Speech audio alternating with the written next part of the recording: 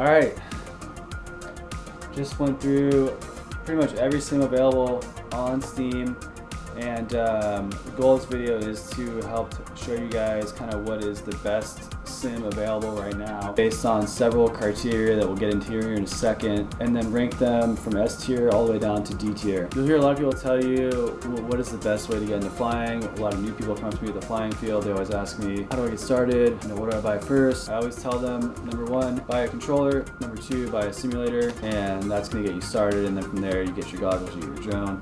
But first things first, get on the simulator, get as many hours as you can on there. When you go out to fly in real life, you're trained, you have a good jumping off point for real life flying. There are a lot of great simulators that I discovered that I had never tried before, which is cool. There's some ones that I flew a long time ago and came back and flew them again for the first time in a while. There's some that I tried that were pretty rough. Trying to be nice on these reviews as much as I can and try not to be biased as well. A little bit about me, I have a lot of experience in simulators, thousands of hours racing, from back in the day to doing DRL tryouts, doing the DCL virtual season with Quad Force 1, starting VRL Velocidrone Racing League several years ago. I'm running that every year since then. So definitely have a lot of experience in sims and should be a pretty good judge of what makes a good sim, hopefully, just from my experience, and try to help you guys out to save you some money. So let's just get into it right now.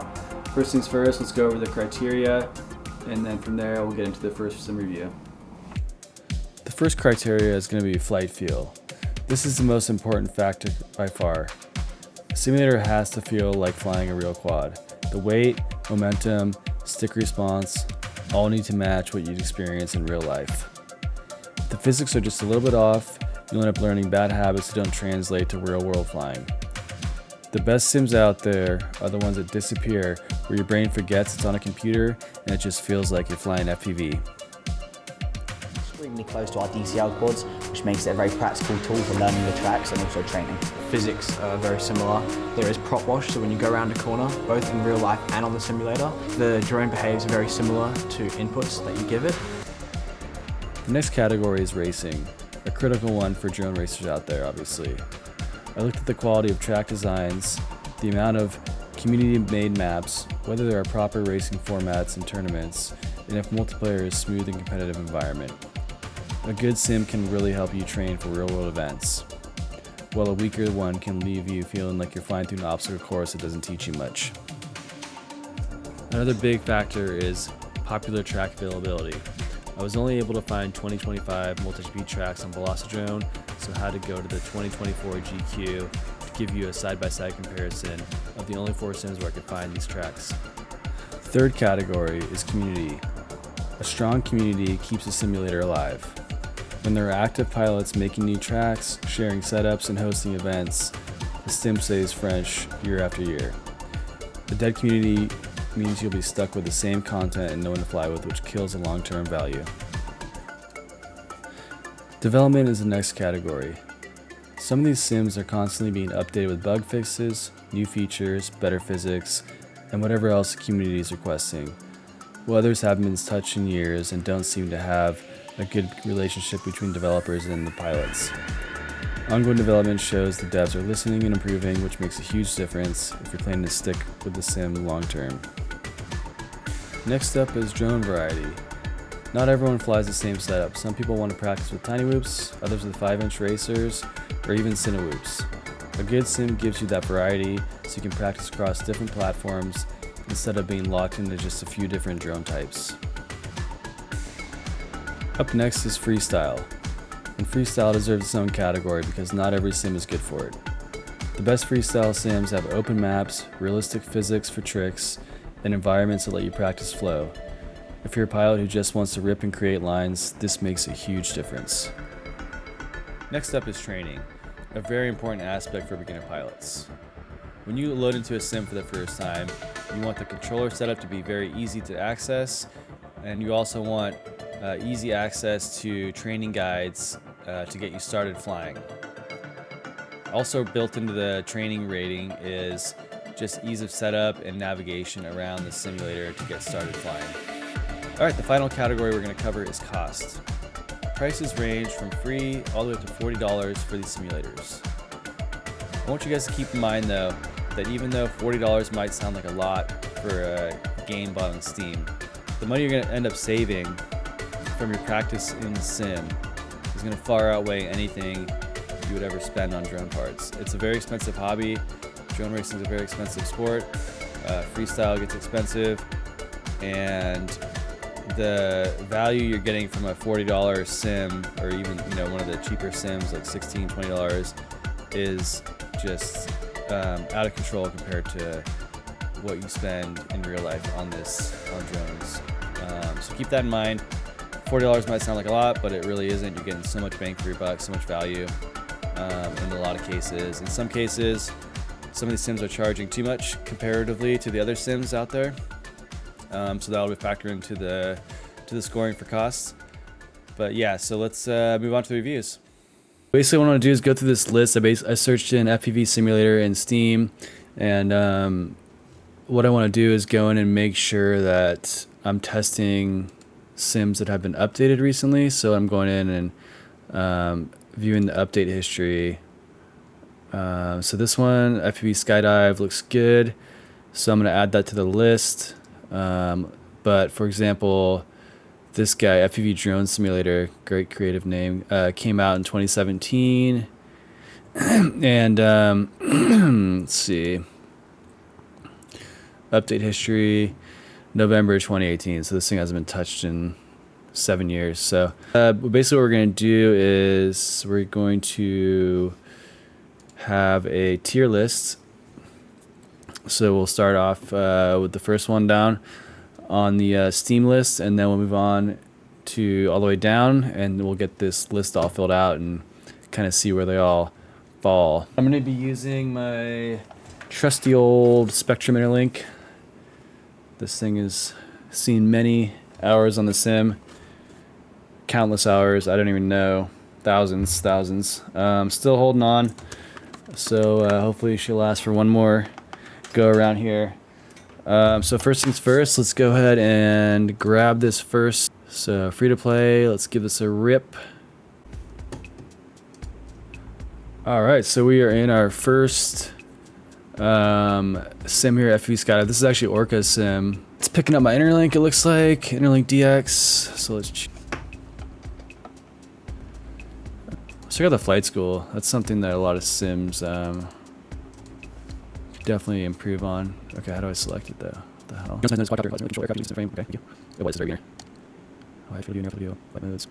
that's kind of useful. Okay, so it's got these little lessons in here, arming and disarming. So this is actually pretty good stuff. If you're a complete beginner, lower the throttle stick down to arm the drone. If auto arm is disabled, you need to press the arm button. So far, I like what I see.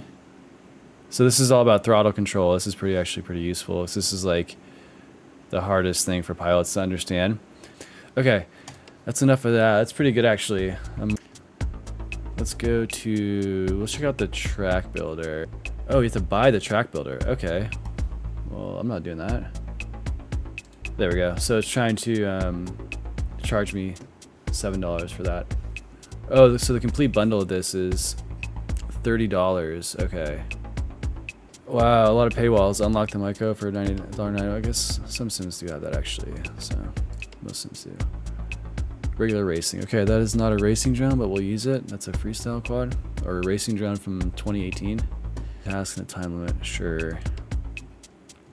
Let me guess the pay for this. Okay.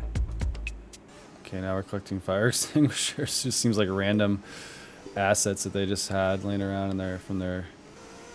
Ooh, I got 159 flight points, guys. All right, let's do some racing. The sounds kind of throw me off. It's like a weird sound.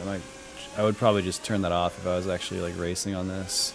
Momentum-wise, it doesn't really have much. Okay, this is actually kind of cool. This little track preview, I like that. So I guess the timer starts when we go to that first gate.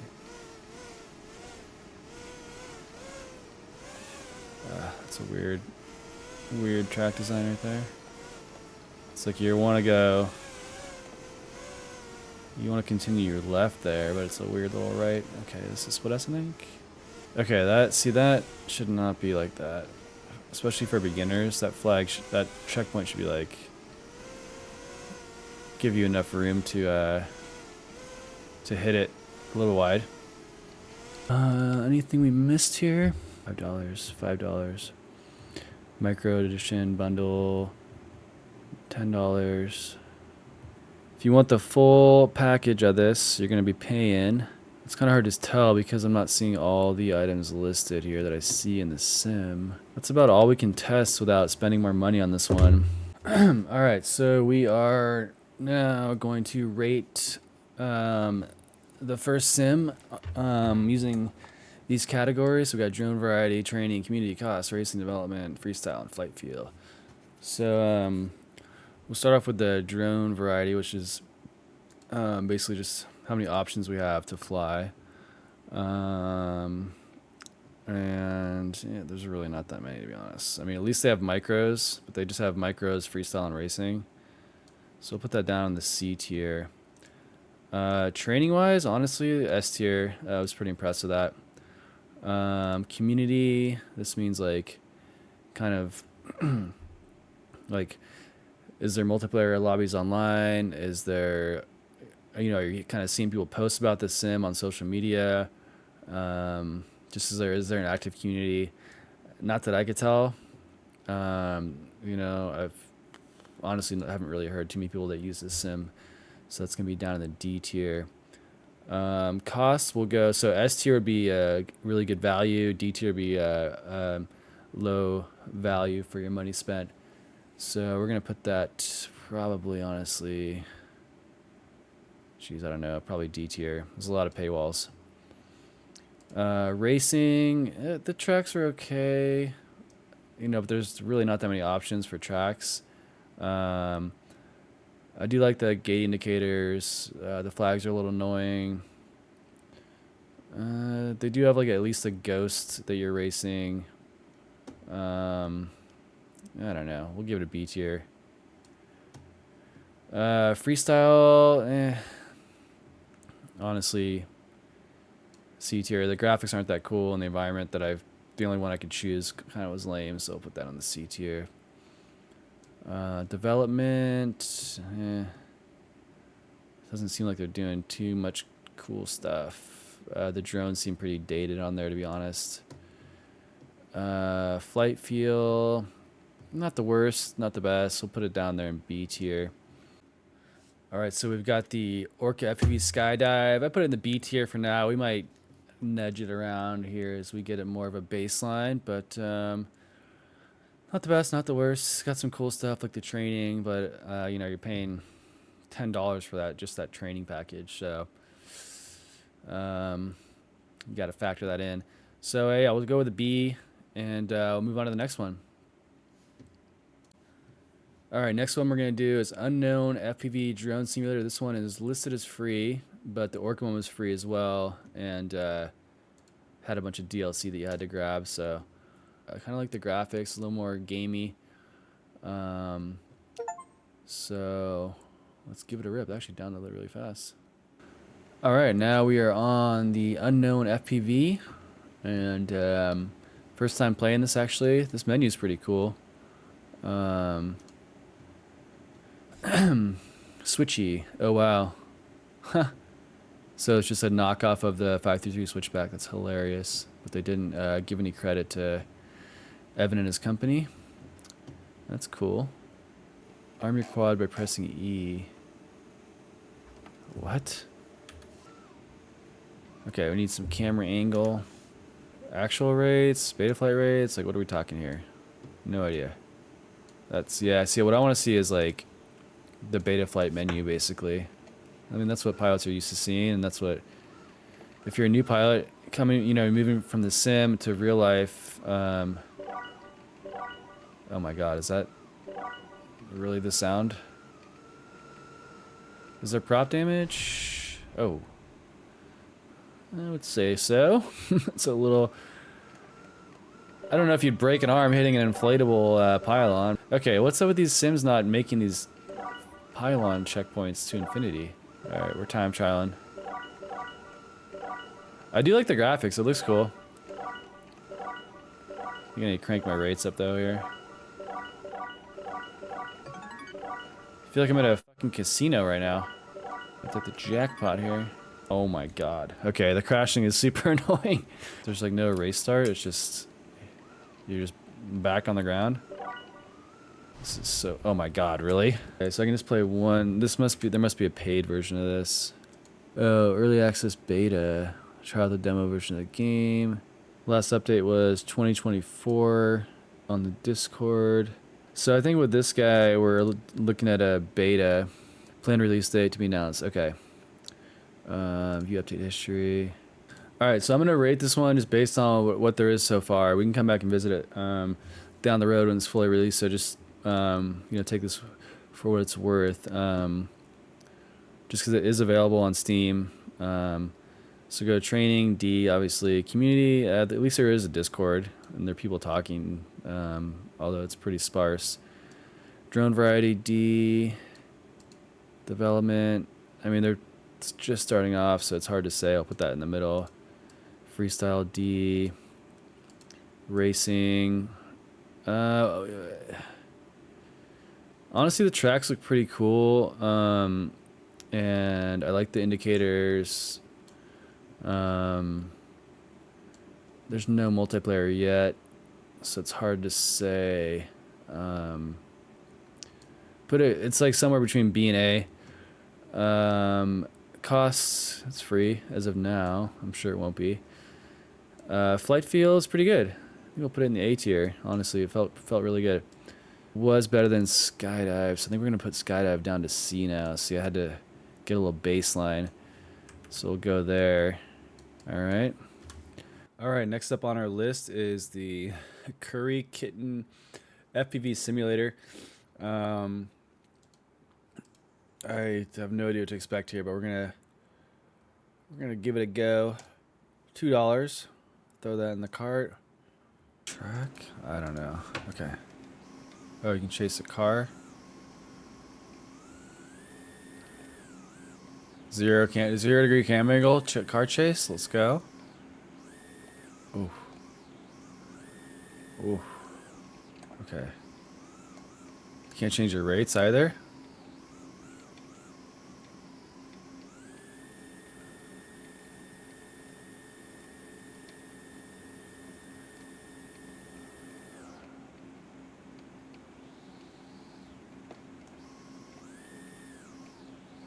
Sick.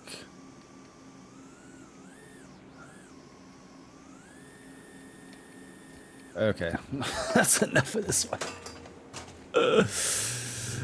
Alright, hopefully I can get my money back for that. Alright, so next up we've got Xflight FPV Drone Simulator. This one looks promising.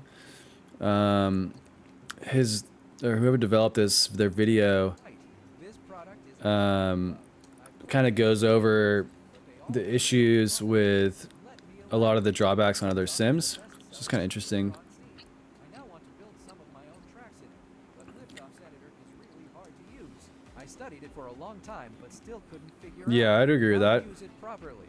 If I move The my Liftoff mouse simulator is cursor pretty will rough. the object find what I want. Uncrashed. is a simulator with stunning visuals. It has a Okay, so this guy's really focusing on the training. The DRL simulator. And he goes into Velocidrone. Truly learning FPV. Maintain a consistent It is a pace. simulator. That's Daily, fucking your flight skills in the will name. improve. Alright, so we are in the controller sense. This is what you first see. Okay. Radio controller, move your left horizontal. Okay, horizontal stick. Left vertical. Alright, big boy, let's see how these graphics look. Let's go into the tutorials first, because he was really harping on the tutorials. Official guide, 36 courses. Learn throttle. Alright, let's try this. Okay, that's cool. So you have to hover. Oh my god, that is loud. 1 second. Audio.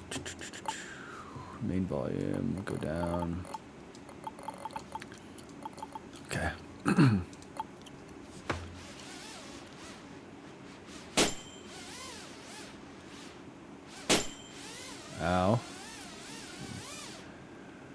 Ooh, where's this one? Ooh, lower. All right, I mean this is pretty cool, honestly. Okay, so can already tell this tutorial is really well thought out. I don't want to learn line of sight really. I guess if you want to learn line of sight, this is useful, but I'd rather have this be like FPV. Challenges. Build your own track in the workshop.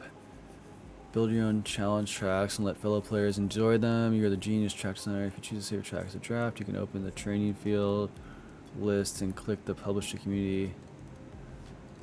Publish challenges. Okay. That's cool. There's a little preview of the track. I like that. 5-inch. Okay, so we got a little leaderboard here. The wind is kind of a cool effect. Might get a little annoying.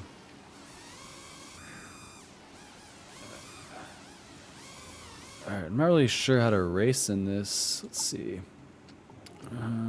Challenges. Okay, this is when the game crashed when I tried to race one of these. Let's see, practice. Okay. Was that 50 meters away? Okay, that's pretty annoying. Honestly, this thing feels pretty slow for a 5-inch racer. The gates look pretty cool. I will say that. It is pretty hard to fly right now. Feels like I'm on ice right now. Okay. Alright, this person is not a racer because no one would ever put a gate like that. Okay, so it's got a little flight line, which is cool. I think this is way too much camera angle for this thing. Hold on, I got it. I mean, the graphics look good. Say it's pretty realistic looking. Let's go check out one more thing here. I'm curious how this track editor is, how intuitive it is. Alright, middle mouse button moves you around. Right click is how do I... Okay. Let's see. So that's a spline, it looks like. Yeah. Some building materials, tools. Okay. So in terms of gates, I'll just put a double gate down. I'm gonna drag it. Okay.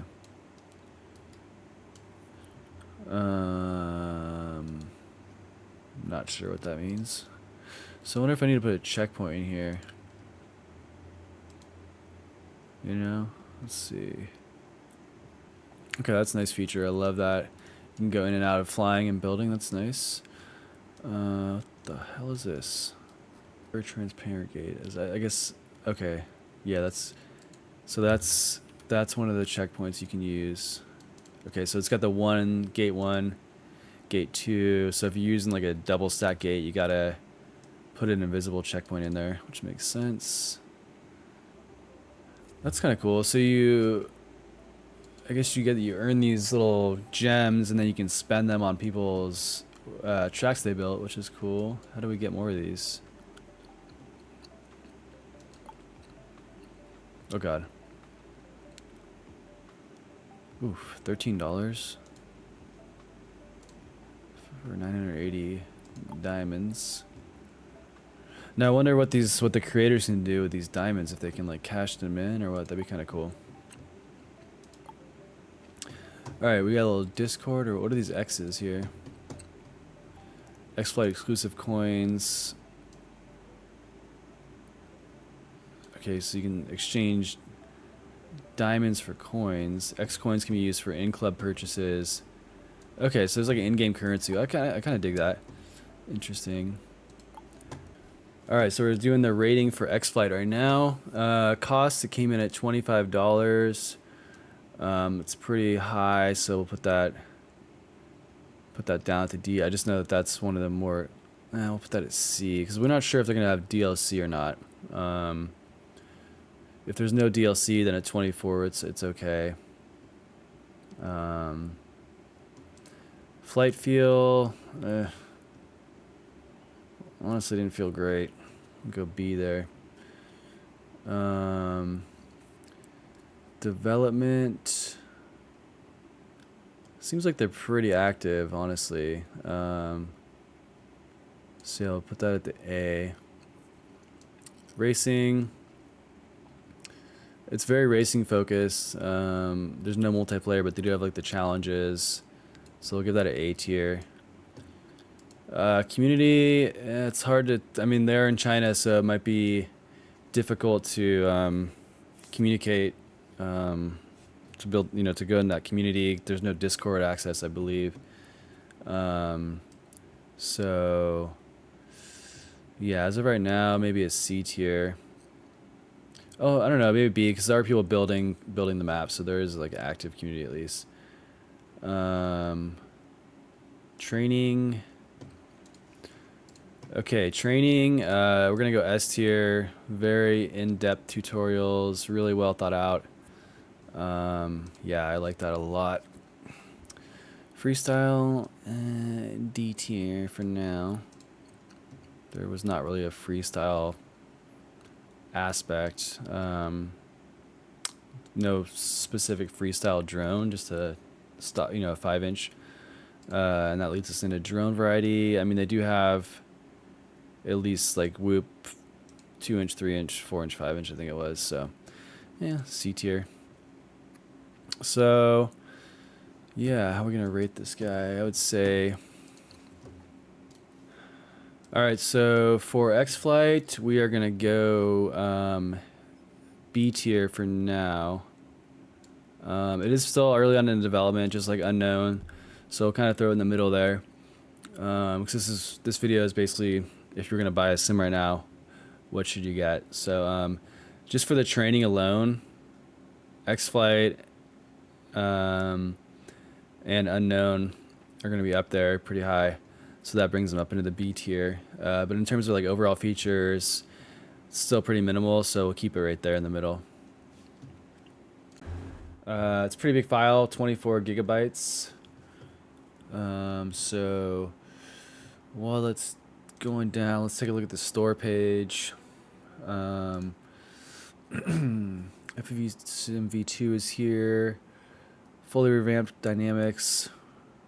Realistic propeller, motor simulations, added level mode, 6 brand new maps, total of 15 maps.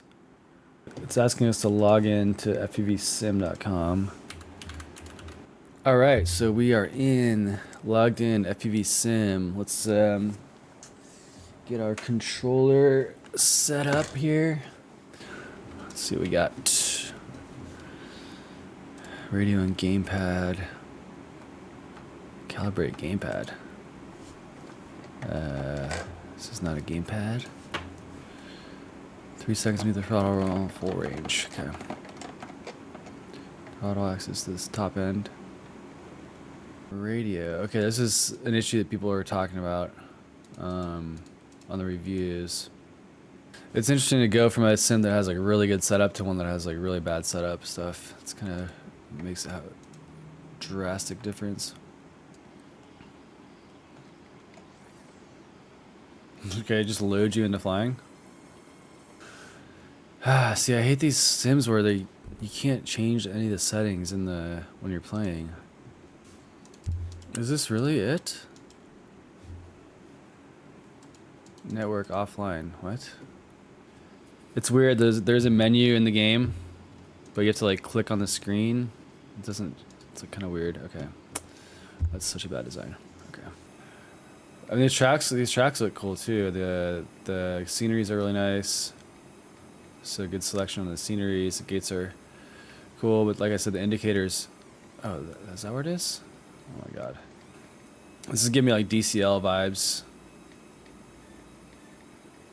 It's weird. I'm like nicking these gates, but look at that. What is? How big is this drone?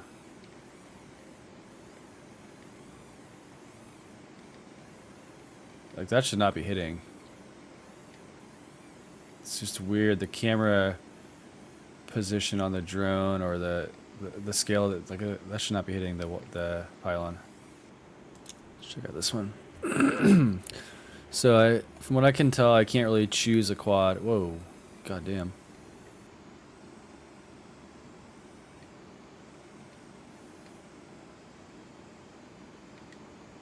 This is pretty dope. In terms of freestyle, this environment's cool. It's just, you know, oh, what the hell was that? Okay, I'm under the map. You can't, oh, cool. I think that's what that review was talking about, under the map. Maybe it's just because this is beta, this environment. But yeah, like, I wish you could select like a GoPro drone, right? That has a little more front heavy weight to it, a little heavier, and throw it around a little more. But yeah, this is a cool scene, honestly. Let's see what else we got.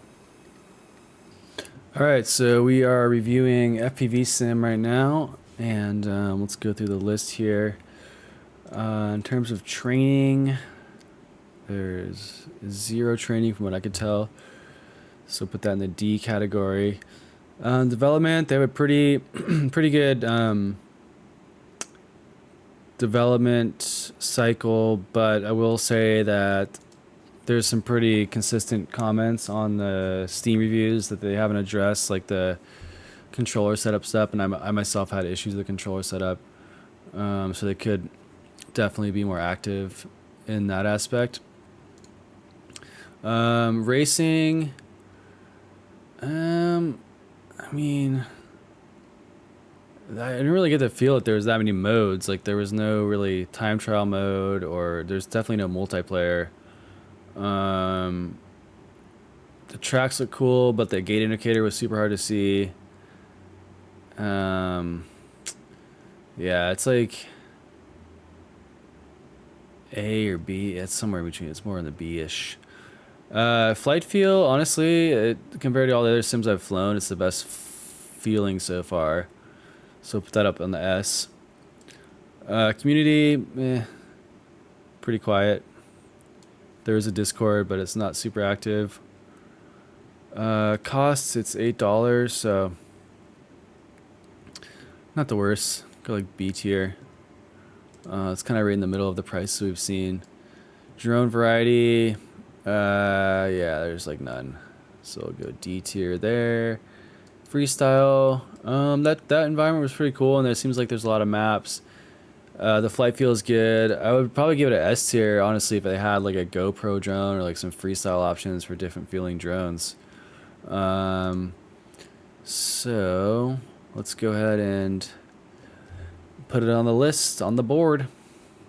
All right, so we are going to put the FPV Sim 2 on the B tier. Now what I can do is I can order, I guess I could order these on the B tier, so we can kind of rank within the tiers. I'd probably go there, Xflight there, and then unknown. That's kind of the third B tier.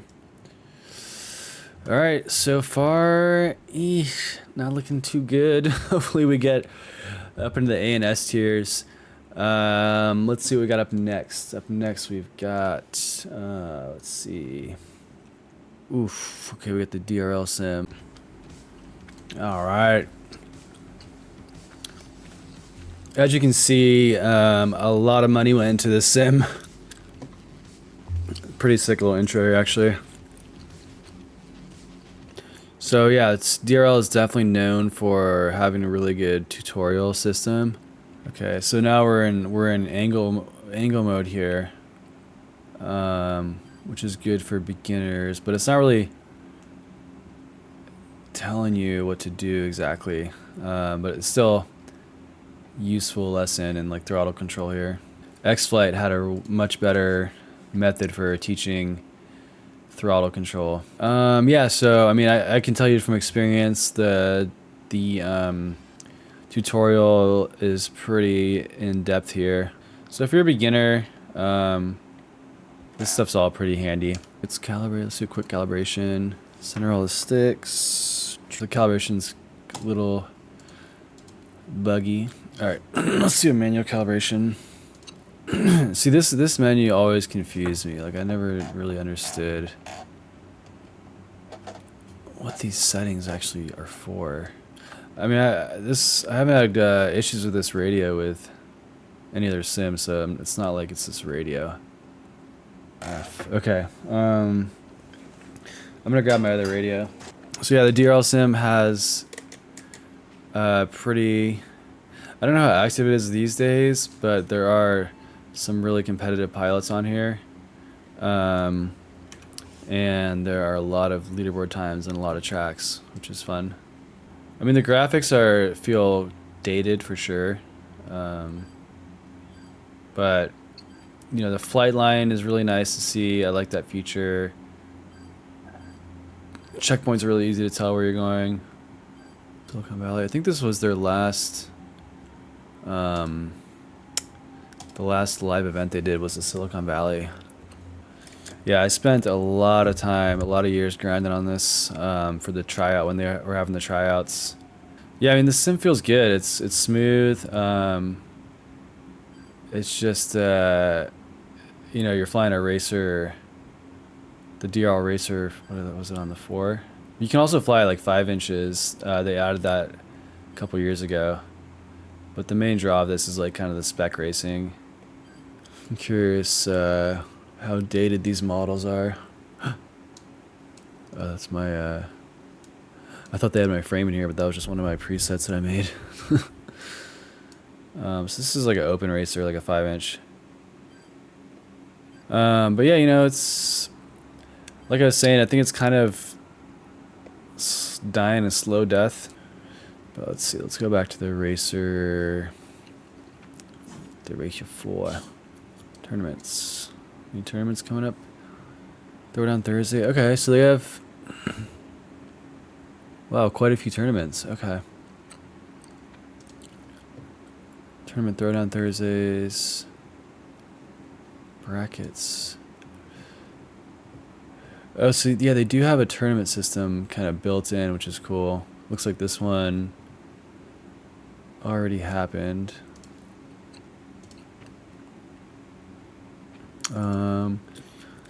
There's not really any info on how to join this. I think you just have to kind of be here when it starts. I'm not sure. No tournament available. Maybe that's where it would pop up and you can join it that way. Alright, well that's good to see. There's still some multiplayer stuff going down. Let's see if there's any actual lobbies right now. There might be. No. Search and destroy. Huh. That's kind of a cool little time trial thing, so you can try to figure out like the optimal line to get all these done the fastest. We got custom skins. Cool idea, but they just, like I said, the sim's kind of dying, so haven't put any more effort into this. Yeah, they got this physics dashboard that I never really played with. But yeah, so that's the DRL Sim. Sim works great. Everything functions. It's pretty quick to load in and out of things. Got your leaderboards, which is nice to see. You can pick the tracks. I wonder if I have any on here. No. So yeah, you can just pick the tracks and kind of see where you stand on the leaderboard, which is cool. Let's go ahead and pop up the ratings. Alright, so we are reviewing DRL Sim right now. Let's start off with the flight feel. Honestly, it's good. It's really close to the real Racer 4 feeling. I want to put it in S, like kind of in between here, just because I have had issues getting the rates dialed in. We'll put it at the top of the A. Maybe we'll bump it up. Freestyle, it's okay. Environments are decent. They do have a lot of freestyle quads that are weighted out like a real freestyle quad with like the GoPro and everything on it. So that's a positive. Let's see. Development. you know, it doesn't seem like they're really developing it right now. Let me see real quick. Yeah, as we looked earlier, the last release was 2023. So I can't put it on the S tier. I mean, I put it A probably just because it is a really well developed game.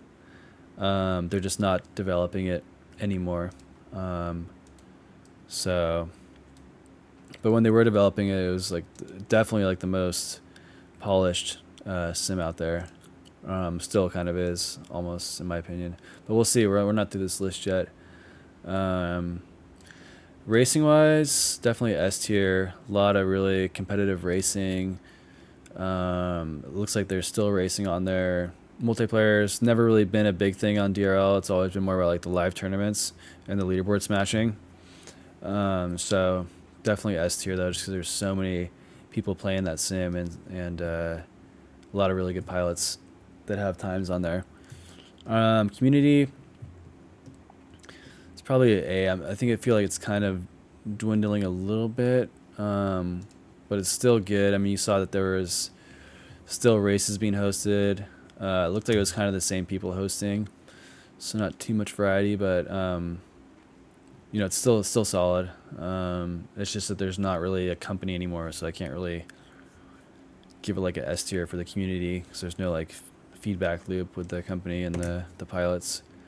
Cost $10. Okay, honestly, that's a pretty good bang for your buck, and there's no additional cost once you buy it. So honestly, that's probably A. Training. I mean, yeah, it's got. I can't give it S tier because the other ones had better training. I feel like, but it's definitely good. You know, I'll give it S tier. It is pretty in depth. Drone variety. It's good. It's just not up to date. But they do have a lot of drones, so I have to put that. Let's see, probably S tier. Yeah. So. Oof, this is tough. All right, so where are we gonna put DRL Sim? Honestly, if it was like a few years ago, this thing would be S tier for sure. But I think now we got to go A tier, just because the development's kind of come to a halt. But like I said, it's still fun. It's still useful in some ways. But I think it's, as I said, kind of dying a slow death, unfortunately. But it seems like there's still some people holding out on there and doing some leaderboard grinding. There are a lot of classic maps that people like to fly who are like fans of DRL back in the day. So that's cool. You can go in there and set times against some of the DRL pros, which is fun. But yeah, overall, great sim. Could be better with updates. All right, so next up on our list is a new sim called The Zone. That's Niels Vollenbroek, who I saw doing some sick freestyle on Facebook when I was searching for him, and DCL had reposted one of his videos, so it looks like he's definitely very talented pilot. So I'm curious to see what he comes up with for this game. GG Band. Okay, so that's cool. They have little multiplayer rooms. I like that. So there's 0 out of 32 in these rooms, but that's cool. It's always fun to be able to go and hop in a freestyle room and watch other people fly, if that's the case. So let's see. We got 5-inch freestyle, beginner 5-inch, 5-inch racer. Okay, so we got 3 options.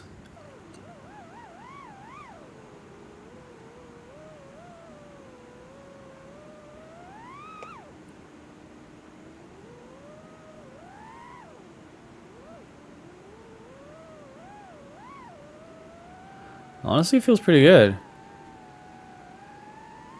Like, do I know any freestyle moves? No.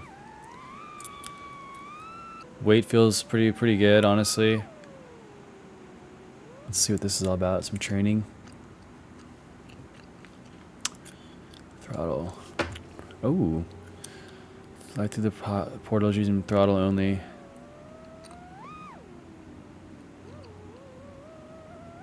Disarm your drone to complete. Fly through the portal using throttle only. Okay. Throttle 2. Alright, this is pretty good. Yeah, I always want... Oh, okay, there's a tree in the way, but I can't... I can't do roll or pitch at all. Okay, nice. Just crash. Okay, that's pretty sweet. So those are locked. So it looks like they have a bunch of tutorials, practice mode, split us and dives. It would be nice if it showed you, like, I mean, kind of what stick commands to do, I guess, for like a super beginner. So like throttle, then like roll, pitch back. But that's cool. I like that a lot. Let's see, split it. Oh, these are all the same. Oh no, they just feel this. Oh, ooh, ooh. OG Bando, join this. Graphics look decent. It's just the map design could use some work, and I'm guessing he's probably just working on this by himself. So, you know, great job on the flight dynamics for sure. Graphics don't look bad. I think that's pretty much it. Let's go ahead and pop over to the list. Okay, so we are on the zone, FPV zone. Simulator seems like it's strictly freestyle, so we're gonna have to put that racing down in the D. Training. Oof, it's like lower S tier. It's got potential. It's looking good, but needs to be built out a little more. Drone variety, pretty abysmal. But this is in development, so it's still new. So can't be too hard on it. Flight feel, honestly, for like a freestyle sim, feels phenomenal.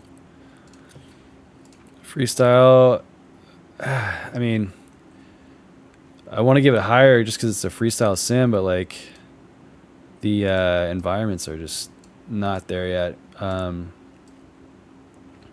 So until then, I gotta put it B tier. Environment freestyle is all about the environment. So yeah, but definitely potential. Development. Let's see. Yeah, it's pretty active, but it's brand new. So we'll see if they keep the momentum going. So we'll just put it like A tier just because the sim still doesn't feel like fully developed. Costs, yeesh. Right now I gotta put it down here just because they're charging $14 for that right now, and that's pretty aggressive for what you're getting there.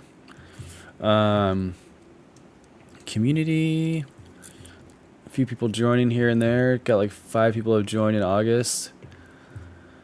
Voice or the text chat is somewhat active. Last chat was like August 10th, so they've got a feature request and a bug report that seems like they're tracking, so that's good. Okay. So, you know, I would say B. I'm not seeing like meetups or like there was no one in the multiplayer lobbies yet. So it's still young. So yeah, not bad. All right. So for this guy, for the zone, we're going to go put her in the B tier here. Still too new. I definitely wouldn't buy it for $14, whatever it is. But I will say it's got potential, and I hope they keep working on it. I'd love to see it, you know, a year from now and see where it is with the level design. Because the training stuff that they come up with is really cool, and I hope that they continue to work on that. I'm guessing it's probably a small team. It might just be one guy working on this by himself. So, yeah, B tier for now, but stay tuned. All right, we are now moving on to one of the sims that I think has definitely a lot of potential to finally crack into that S tier. We haven't had one yet, but this is Uncrashed, FPV drone simulator. I've been hearing a lot of good things about it. I tried it out in the early days, but haven't been back in a while. But yeah, it's built on the Unreal Engine. I believe that's what it is. Let's see. So we'll start off with the tutorial. Move forward slowly and use the yaw roll at the same time to turn. Okay.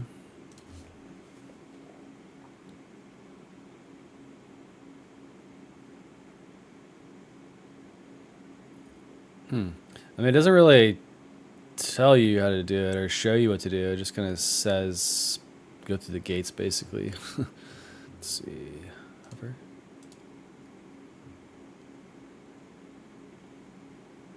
All right, at least it's got like a little bit of feedback there. It's got the little bar on the right, which you guys can't see for some reason because the screen is not, it's cut off.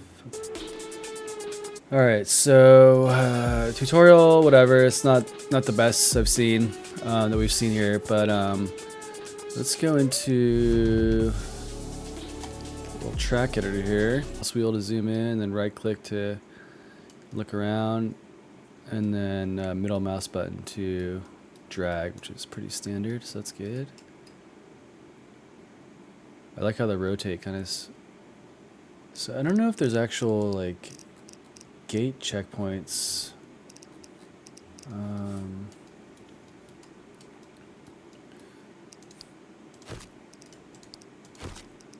Some pretty cool objects in here though. Oh, here we go. It's just track editor. There we go. Okay, so we're gonna start grid down. Let's see.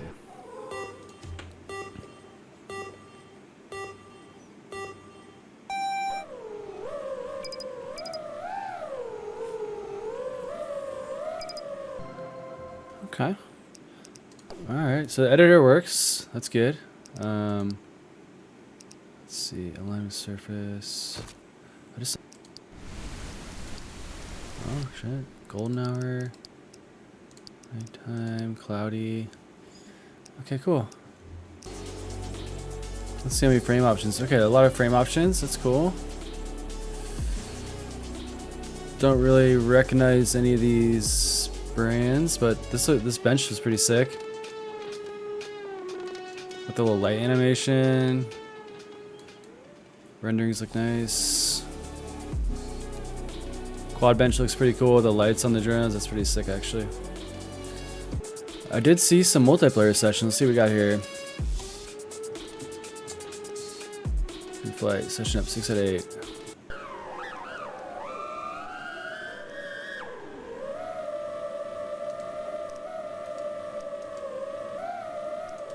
Oh, cool. So you can right click and add Steam friend. That's nice.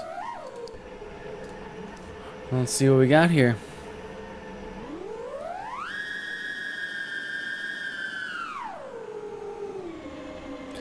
Oh, the sound I notice is really like that little wow, wow. That's like super realistic actually. That's pretty cool.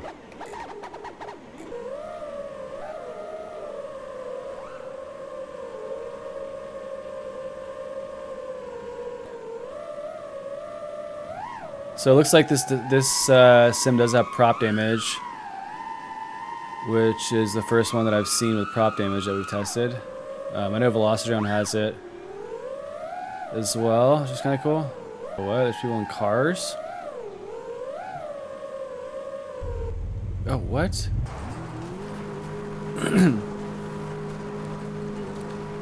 Okay, apparently you can just hop in a car and start ripping around. In this tower, huh? There we go. Oh yeah, that's possible.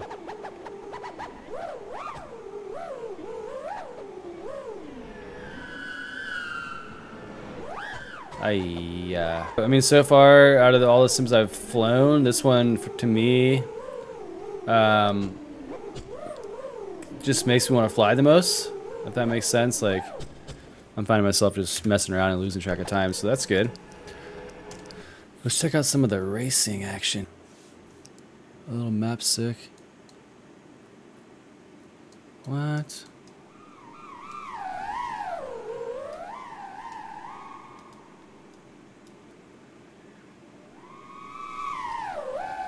That's pretty useful for like if you're like live streaming races to have this little overview map. That's pretty sick.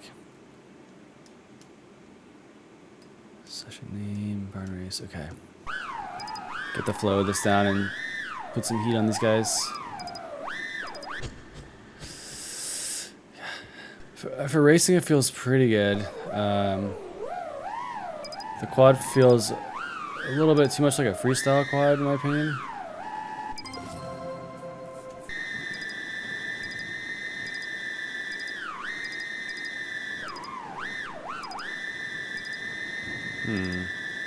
Yeah, I don't know. The race quad feels a little heavy to me for some reason. I should confirm I'm on the race quad before I knock that.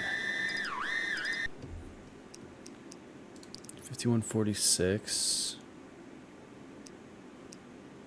Okay, 20. Oh, 1900 kV. I wonder if we crank up the kV if we go to like a 2000.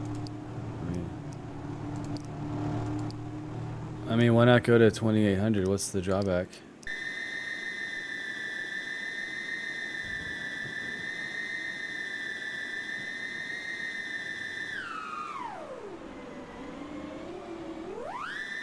All right, so we're gonna go over the ratings for Uncrashed FPV Drone Simulator now.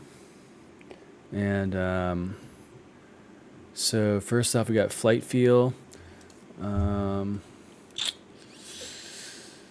mean, compared to everything else I've flown today, it's got to be S tier. Training, I mean, it does have training, but compared to some of the other ones we've rated, like, it's pretty bare bones. I mean, it tells you to, you know, make a turn, but it doesn't really show you to make a turn, so that's, it could be better.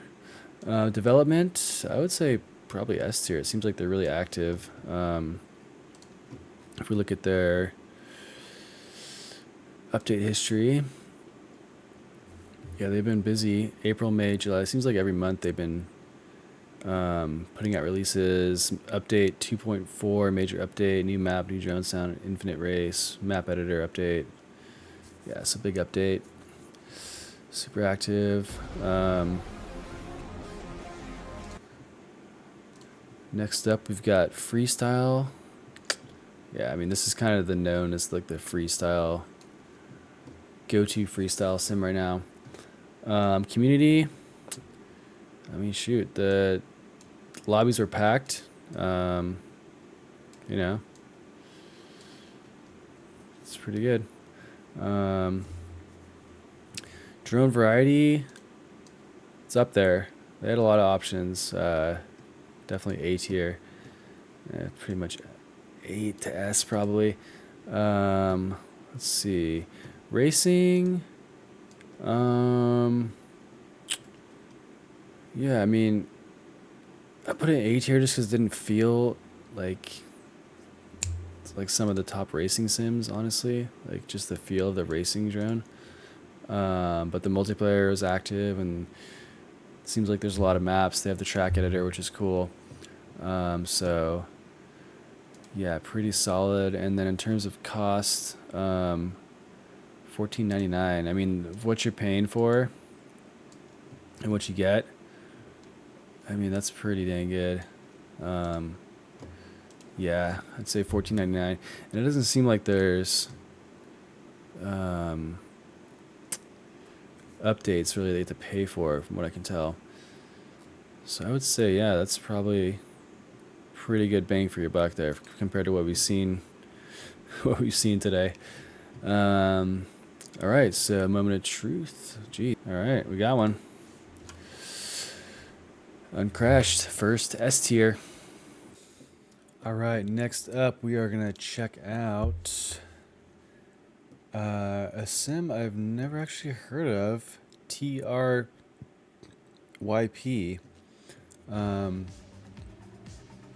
Which looks pretty sick. And it was released in 2022. Looks like they're pretty active, updating quite a bit. And I'm just gonna take a quick look at their Discord server. See how the community's looking. Oh wow, A lot of users. Okay, Discord's definitely the most active one.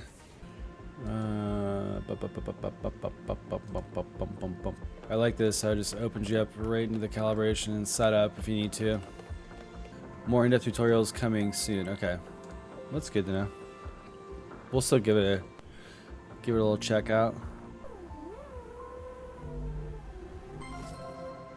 Okay, there's some cool music on here. I dig it. I dig it. Okay, controls, good display. Change your angle in game. You can directly press down or up to change your field of view. Okay, nice. I like that. That is very handy. Alright, let's try like 53. Field of view. Goggles view. Camera view FPV. Let's. I wanted to check out this real spot feature. This looks kind of cool. It's a little jumpy. Something like weird, like little glitch going on. Sick. Okay, let me. Let's try a little race. Alpine ride. Okay. All right. So we get some spots. Oh, that's cool. So you can spawn somewhere. Maybe throttle enable physics. Oh shit.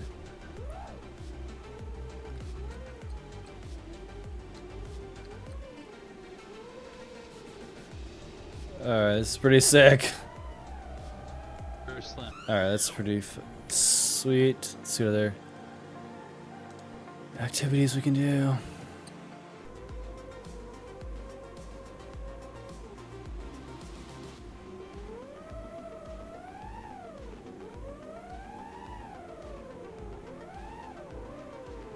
Alright, we got some racetracks with leaderboards. The graphics look good.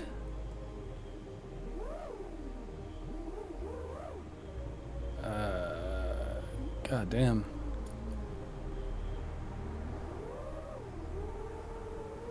Wait, that's the track. That's funny.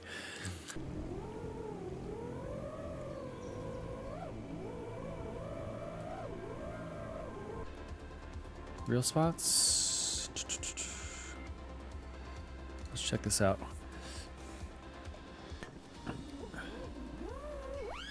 Okay, so I have never flown 3D before, so I think my camera angle might be a little too high.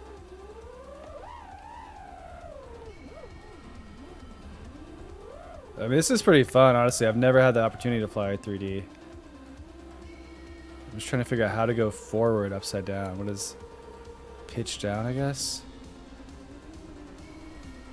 Oh god, I throttled up there. Quad sounds are pretty good. It's got that little warble when you like zero throttle. That's always nice to have realistic sounds. It definitely like makes it more immersive. The shadows are kind of loading weird. I don't know what that is. What is this?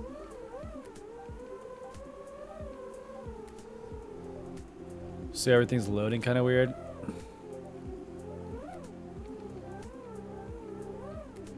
I think there's some like video noise that they have built in. I'm assuming because it's like a little noisy, maybe on purpose by design. Okay, let's see. Video. Oh. Please tell me this is open. Oh boy. Oh, that's pretty sick. A little particle effect there, that's cool. It's so hard to go up a hole. Oh my god. Wait, this guy. Oh, now you go. Okay. Oh shit. It's Tom Cruise? Yeah, this sim feels great. I would say honestly a little bit better than Uncrashed, which is the best feeling one I've felt so far. Just like out of the box. Interesting.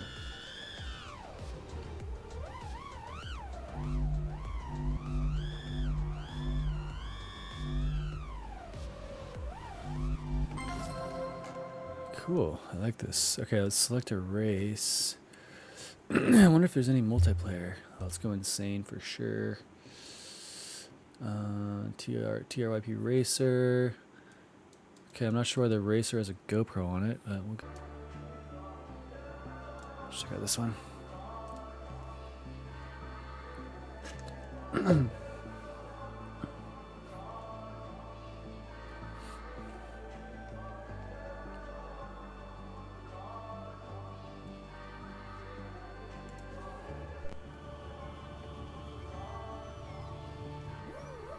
Oh, is this a tiny loop track? Oh boy.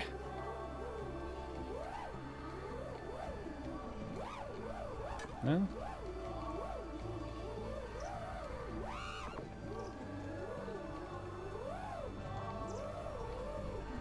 Okay, the flight line's pretty cool. I like that.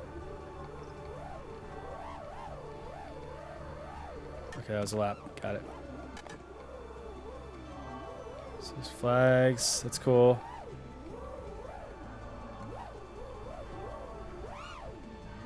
Little power loop down the trough here. A little split ass down. Rotors. Custom, okay. So we can do custom motors. T-motor 1750 F60. It's pretty standard racing motor. Cool. 5138, 5140, 5140. Cool. You can put an HD camera. Oh, you can put a cinema camera on. That's cool.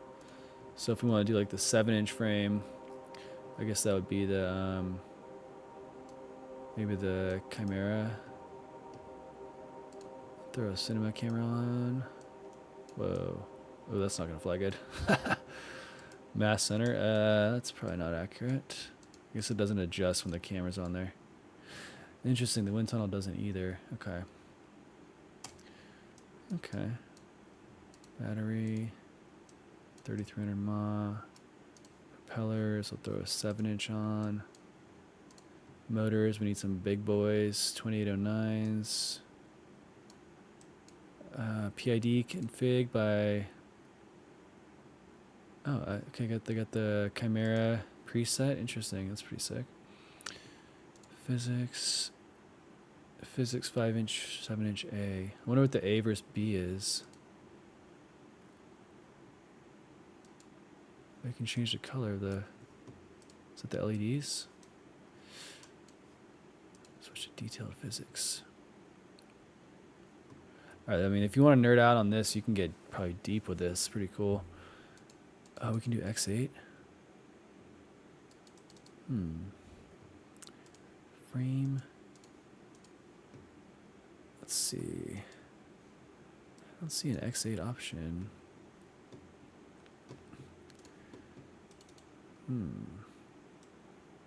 Oh, we can change the arm length. So if you have a frame you want to like test out, you might be able to just come in here and try to get, take your measurements and get as close as you can to this. Okay, let's try to fly this real quick. I was gonna. Oh boy, that is. Oh god. All right, let's get it going. So, start off with the flight feel. Feels great, honestly. We'll go S for that. Community. Got a really thriving social media, and their Discord seems active. Got the S tier. Development, they put a lot of development into this. Just want to take a look at the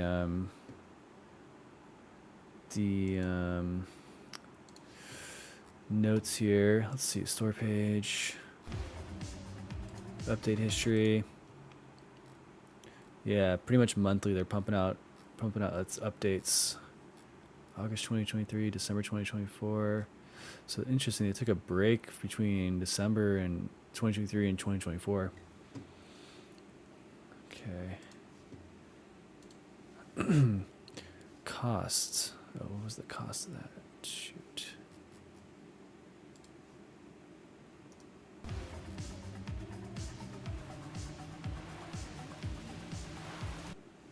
All right, for cost, $16.99.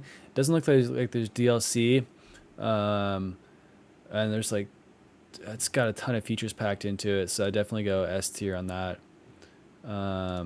It's got some really cool, like, unique chasing, like skydivers and that kind of stuff, which is fun. Freestyle, yeah, probably S tier too. Racing, I'm gonna go A tier just because, yeah, it's got some really cool time trial stuff, but there's no multiplayer yet, which is kind of my favorite part about racing. There's not a lot of maps. There's no track creator. So yeah, but it does have some features. So it's not. We're gonna go like kind of lower A, almost B. Drone variety, we'll go B. Just because it's not too many options, honestly. Maybe even C there. No micros. No like 3 inches or specs. Training, there was not really there was no training per se. So we'll go probably, I mean, there was at least like setup guides for your controller, so I'm gonna kind of bundle it into training. So we'll go C tier there. All right, so let's put this on the list. I'm gonna have to go S tier on this one. Let's throw it over here. I'm gonna have to go back and fly. I want to get like the S tier fully kind of ranked out. So once I get the final list, I'm gonna go back through the S tiers and fly them. But for now, I'll have to kind of go back and fly these two back to back just to see. Right now, I want to put it. I honestly want to put it in front of Uncrashed. But I'll have to go back and look at the actual ratings just to double check. So they're pretty close right now, just from memory. But we'll go back in and we'll actually do a proper back-to-back comparison. So yeah, so far, great job. All right, next up we've got FPV Logic. This one I'm kind of really curious to try. This one was, God, that music. $20. So, and it looks like they have, their last update was in June, so they're pretty active. So far, so good. Menu looks pretty cool.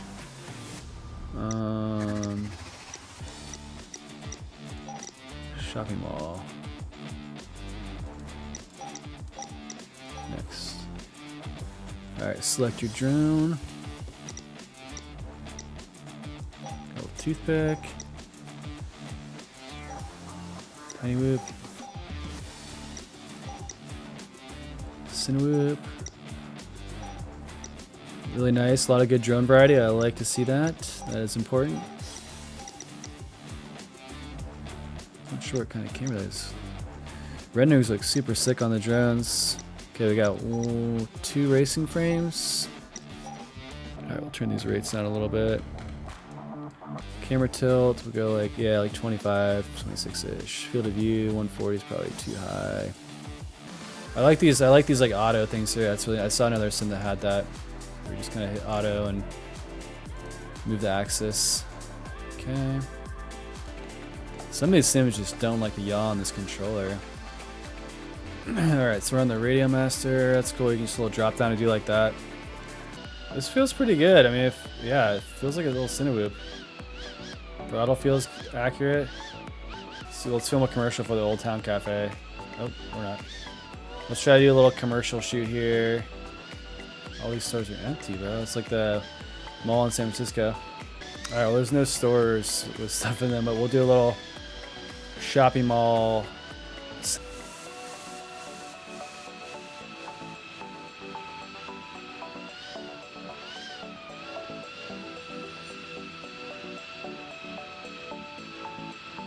Storefronts. little tree wrap maybe.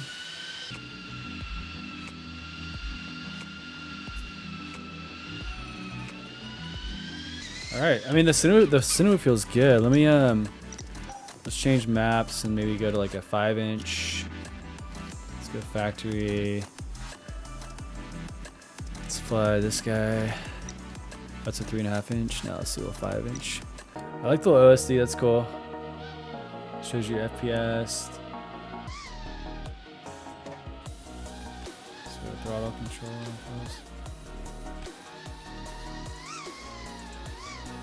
Little prop wash simulation. Okay. This is a pretty sick environment though. There's a lot of cool stuff. I'm liking it. Some of the other sims we tried had freestyle environments, but they weren't too dynamic. But yeah, you could definitely just get lost in here and spend some time and plan out like a sick little flight route, you know? I don't know if we can dive this thing. Probably not.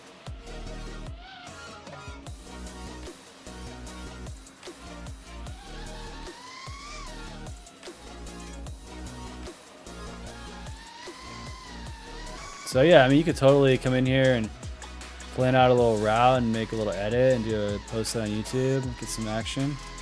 Like some of the other sims we tried, like I feel I've hopped on and like I can't just immediately like go and like fly.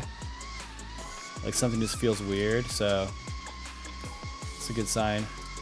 This one's got a little chimney dive, it looks like. Oh boy. Where's the hole? Okay. Let's go back to the main menu. So I got the racing. 6 tracks, okay.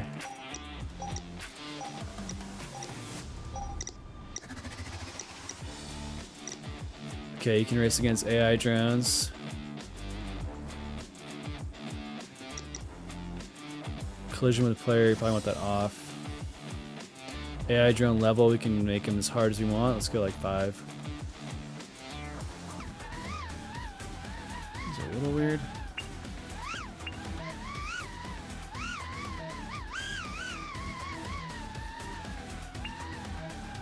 Pretty sick track though.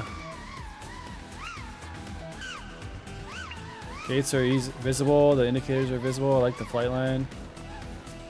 Doesn't look like they have like prop damage simulated here. The quad's a little jumpy. I don't know. Some weird designs for sure on these tracks. Let's try another track real quick. I like the little prop wash simulation. It's kind of cool, but I wonder if we can tune that out. There's no battery simulation as it seems. Okay, maybe these visuals are a little too much. Okay. What I'll do is I would probably turn off these AI drones. So their trails kind of get in the way. Okay, we got a ladder up. That's a cool element. Feels pretty good, you know. We got a grasp for it. In terms of feel between all these like freestyle focus sims for racing, this one feels pretty good. But you can definitely tell that racing is just like kind of an afterthought, which, you know, it's definitely a smaller market. But you'll see when we get to more racing focused sims how much better the racing can be. Okay, so there's a little bit of training, but it's just like a document, so it's not very helpful. Minigame. Balloon icon, landing your drone, it will activate minigame Balloon Buster. Alright, that's FPV Logic, let's rate it. Alright, so we are rating now FPV Logic. Let's go flight feel first. I mean, it feels really good, so props to them for nailing that. It is, to me, it's a freestyle focused simulator. There were really just one cool map available for it, the factory, and it was a sick map. but definitely they could use more. So we'll go A tier for that, just because that map was super fun. And it's enough to bring it up to the A tier. Community, I'm not seeing much. No Discord or social media links on the Steam page. I did some searching. I couldn't find much there. And there's no like multiplayer aspect to the game. Actually, so yeah, I'll probably go down to D after I said all that. Development, they put a lot into it. Let's see, real quick. Let's just look at the development update history. So they had a gap from September to June. June was their last big update, but they're still active. So that's good. Reviews are positive, very positive. That's good. So they put a lot into the menu system. The UI is really nice. So we'll give it an A tier. Cost $19.99. For $20 compared to some of these other sims, you're not really getting a lot of bang for your buck in terms of features. Maybe down the road, I'm sure they'll add some, but right now, at that price, with the amount of features you're getting, it's gonna be C tier. Racing, there's no map editor, there's no like multiplayer, there's no time trial leaderboard, so I'll put it down there in the C. Drone variety was actually pretty good. Yeah, they had a lot of options there, so we'll go A tier. And then training, we're gonna go D tier. There was no like, some of these sims when you launch it, it goes to the controller setup right away. Ask you what your skill level is, so we'll go D there.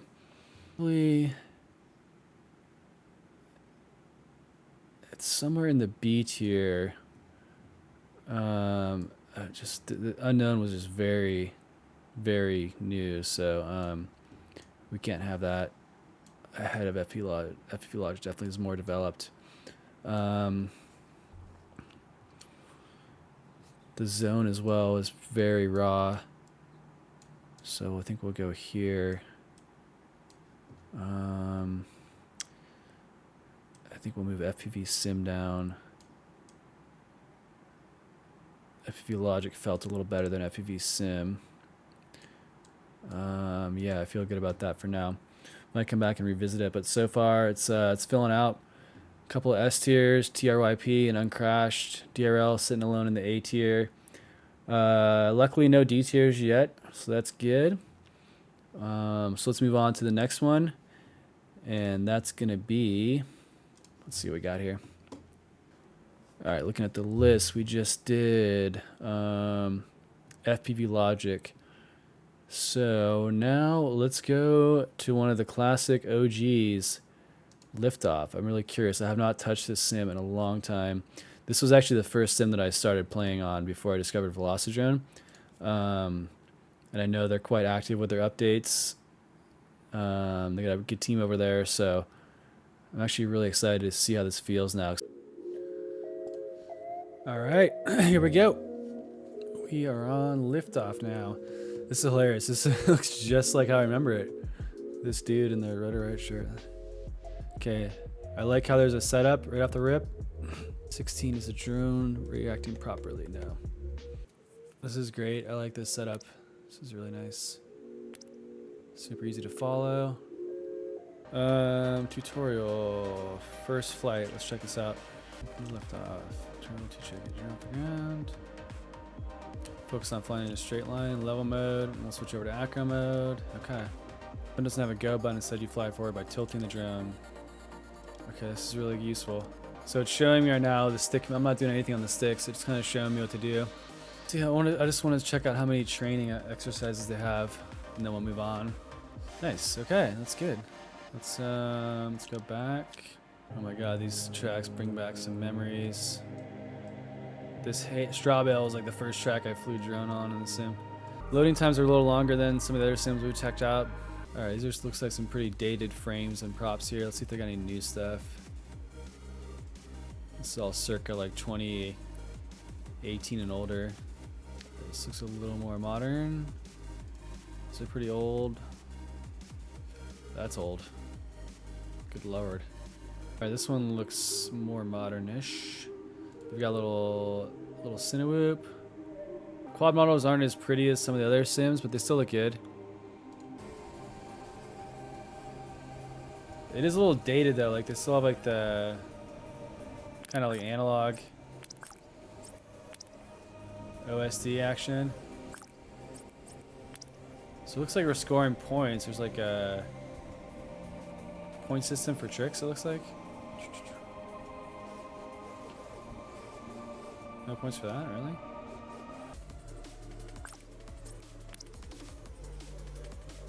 It's a lot of motion blur. I wonder if I can turn that off too. Graphics look pretty good. Not as good as some of the other Sims, but this environment is super developed and it's got a lot of eye candy on it. Okay. So Liftoff started as a racing focused simulator. Freestyle kind of was a second edition. But I do remember they added that freestyle mode quite some time ago, so that was cool.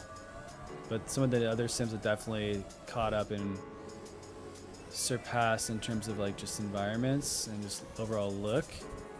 But in terms of feel, yeah, I got prop damage, but it's not really telling me. That's something that's probably because I turned off the OSD.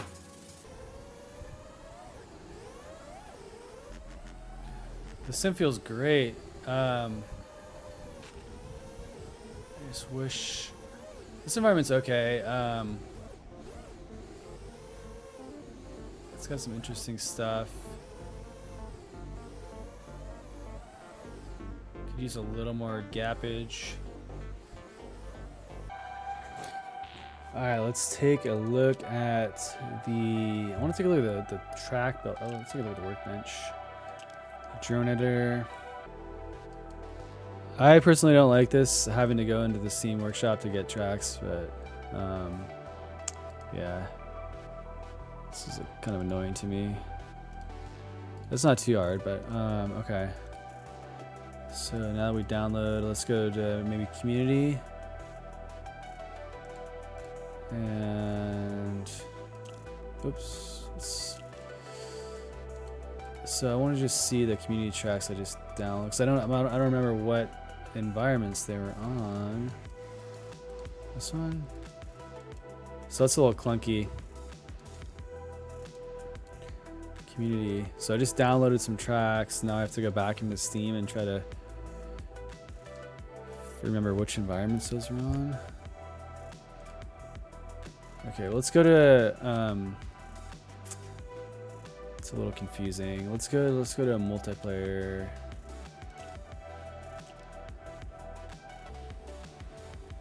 So I do like this feature. You can just hop into the lobby and it's like an infinite race, so you can just kind of keep going until you get the fastest lap. Oh, what the heck is that?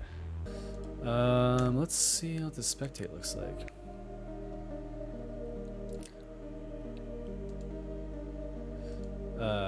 Is this guy flying upside down?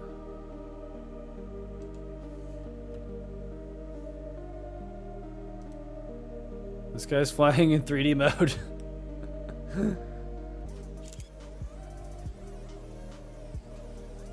Interesting, they're using 4-cell for racing, not 6-cell. You can see in the top left the 15 volts. I really want to play some of these custom maps though, because I know some of them are pretty nuts on the... There's like a blue environment. Okay, there we go. Should I back out and come back in? Alright, select. Yeah, I've seen some pretty sick tracks on this. It's like a really cool map editor.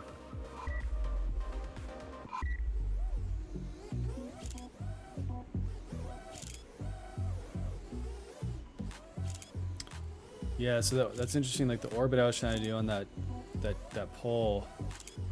Some of the other sims I could do it really nicely, so that's a pretty good gauge for me. Just how like dialed in the quad feels. This track's way too confusing. Let me get out of here. So I want to see some like official tracks that are like new. So see, it's just these tracks are like 10 years old.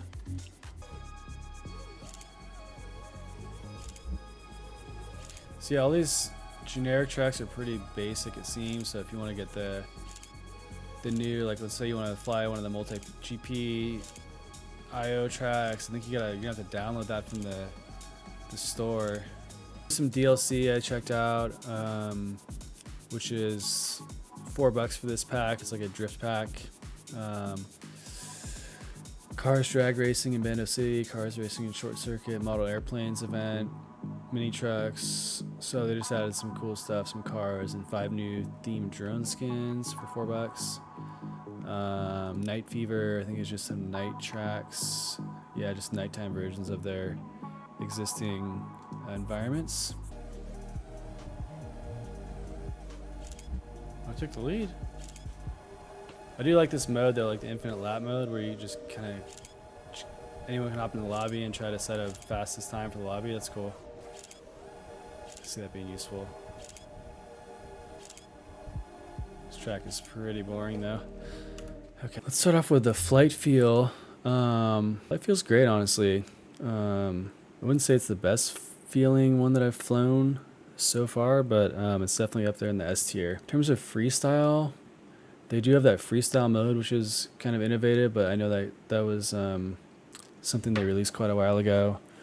They do have like a drift pack, DLC, but I would like to see a little more interesting environments compared to some of the stuff that we've seen so far. So I'll go A tier. Costs, it's 40. If you want the full pack, it's $41, and that comes with micro drones, Slipstream, which is the drift stuff, Night Fever, and the full version of the sim. $20 if you just want the base model. So we'll go B. I mean, it's pretty good bang for your buck, but it is on the higher cost. It does have a lot of features, but yeah, we'll go B tier there. Racing, go S tier. I mean, the map selection system is pretty bad. Like, I really don't like that you have to go into the Steam Workshop and then download them there. But yeah, I know it's a very racing focused sim, and they do have tournaments, which is great. Community, I know it's a pretty big community and active one, so go S tier there. Training was pretty good. Go A tier. It's not as good as some of the other ones that we saw, but it's up there for sure. You know, yeah, I'll put it here just because I've seen some better training setups. And then development, I mean, they are active, but it's still, the sim feels a little dated to me. When I opened it up, it reminded me of like when I first started playing it. It hasn't really changed in that sense, like the menu and the UI. So I would have liked to see, you know, maybe a new version of the sim. Let's just take a peek at the release update history here. So yeah, they definitely do keep up with the sim, and a lot of bug fixes and new releases. Let's see, Bando City's growing. Update Bando City. Yeah, this is a freestyle environment. That's pretty cool.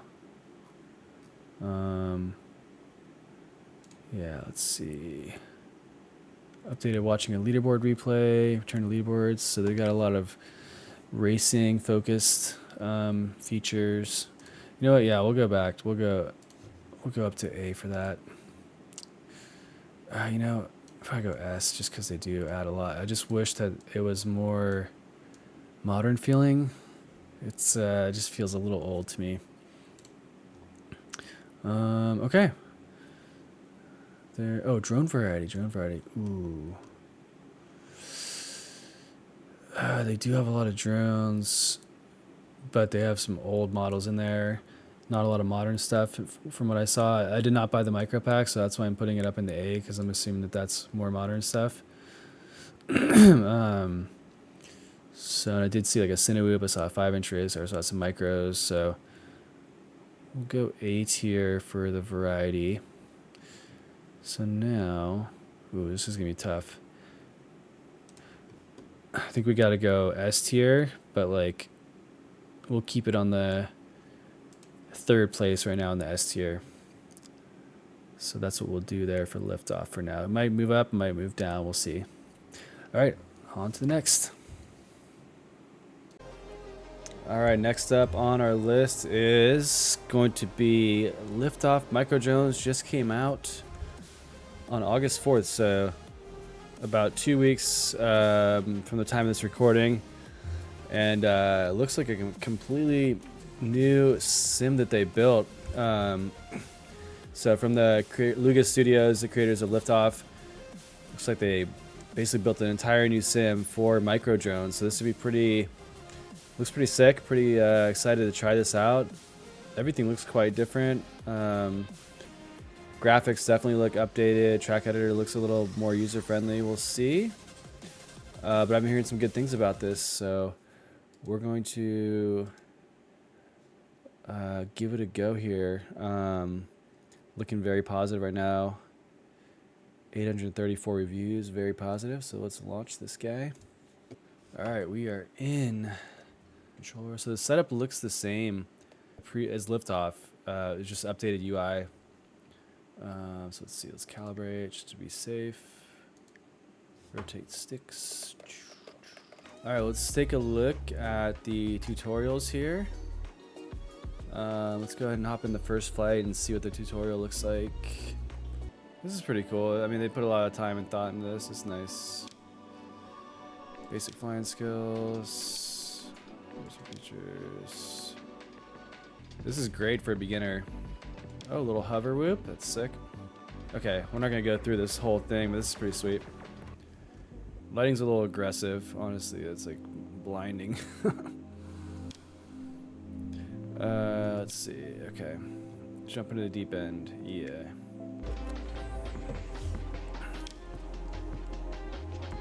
Okay. We get the idea. Workshop. Okay, I think there's workshop drones like they used to have on the... Oh, interesting. Beta FPV, that's definitely a DJI. Unless I missed something. B-Brain, cool. Probably go with that one. Air 65, sick. Drone models look really nice, look a lot better than the old Liftoff. That's an interesting setup. Oh, so they got a bunch of options here. Okay, let's just go straight into a race, huh? There we go. That's a sick little animation.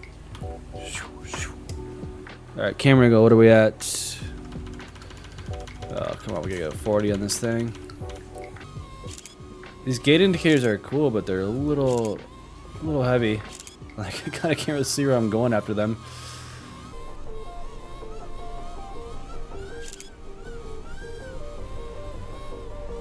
Alright, this is a pretty dope environment. I miss Dad more than anything. Oh, what? But I'm afraid what I might learn when I find him.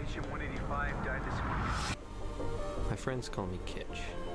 Alright, pretty basic tracks so far. I think if we want to get the more difficult ones, we're going to hit the community tracks.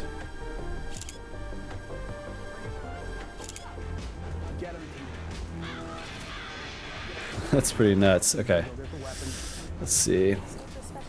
Alright, so it looks like there's three racetracks per environment, it looks like.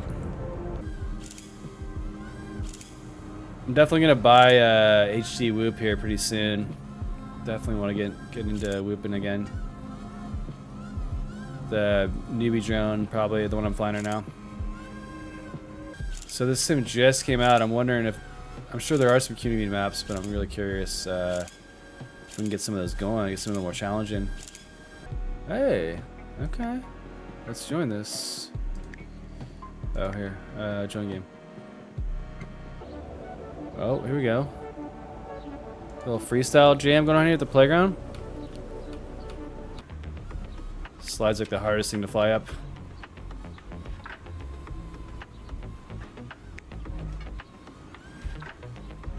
Oh my god, can we fly through this? Tunnel of death? I think I might need a little less camera angle for this section.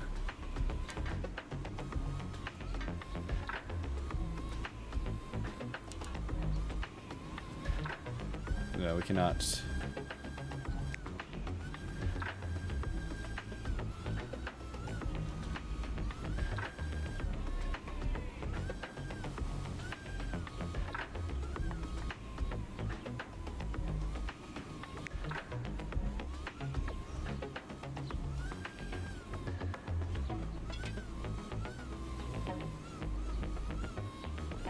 Yeah, this feels really good.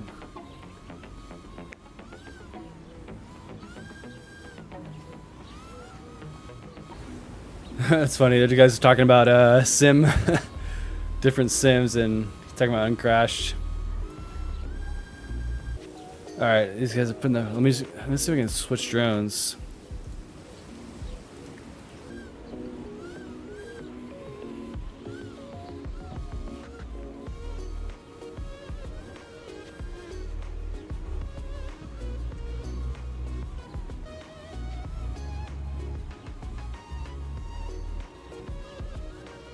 Oh my god, so much pressure.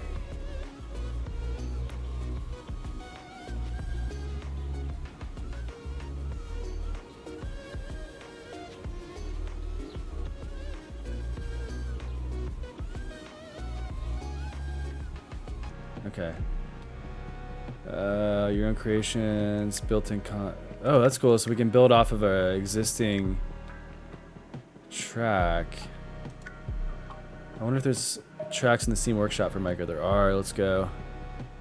Okay. That's what I'm talking about. I just hate that you have to go to the Steam Workshop to get games. I don't know. I wish it was all in the game. So let's fly. Oh, see, I already forgot where that map was. I just downloaded one from the workshop. Woodtopia. This is in like the. It's in like a shed. See, I wish there was like a search function. So if I could go fly. There's no search function. I don't know what environment this is in. It's like a shed.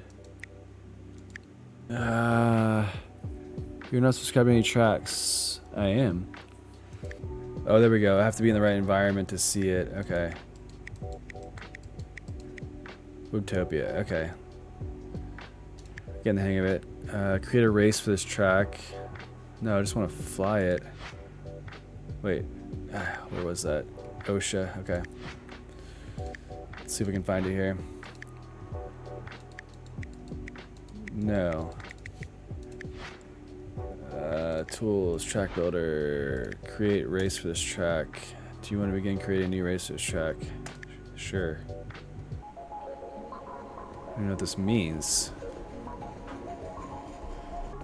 Fly. Let me try multiplayer. If I create a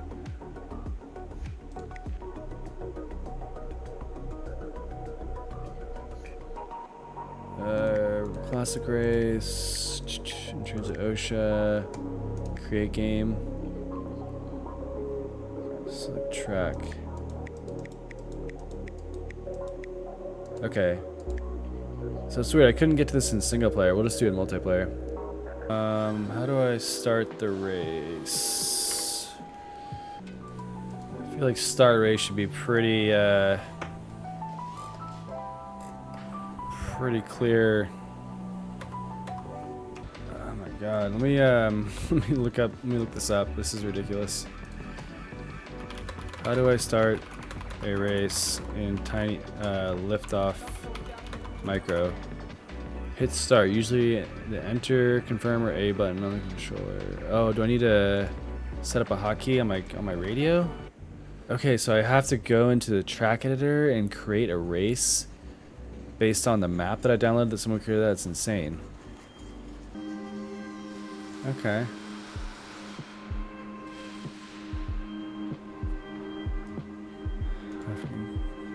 Change our view. That's pretty cool.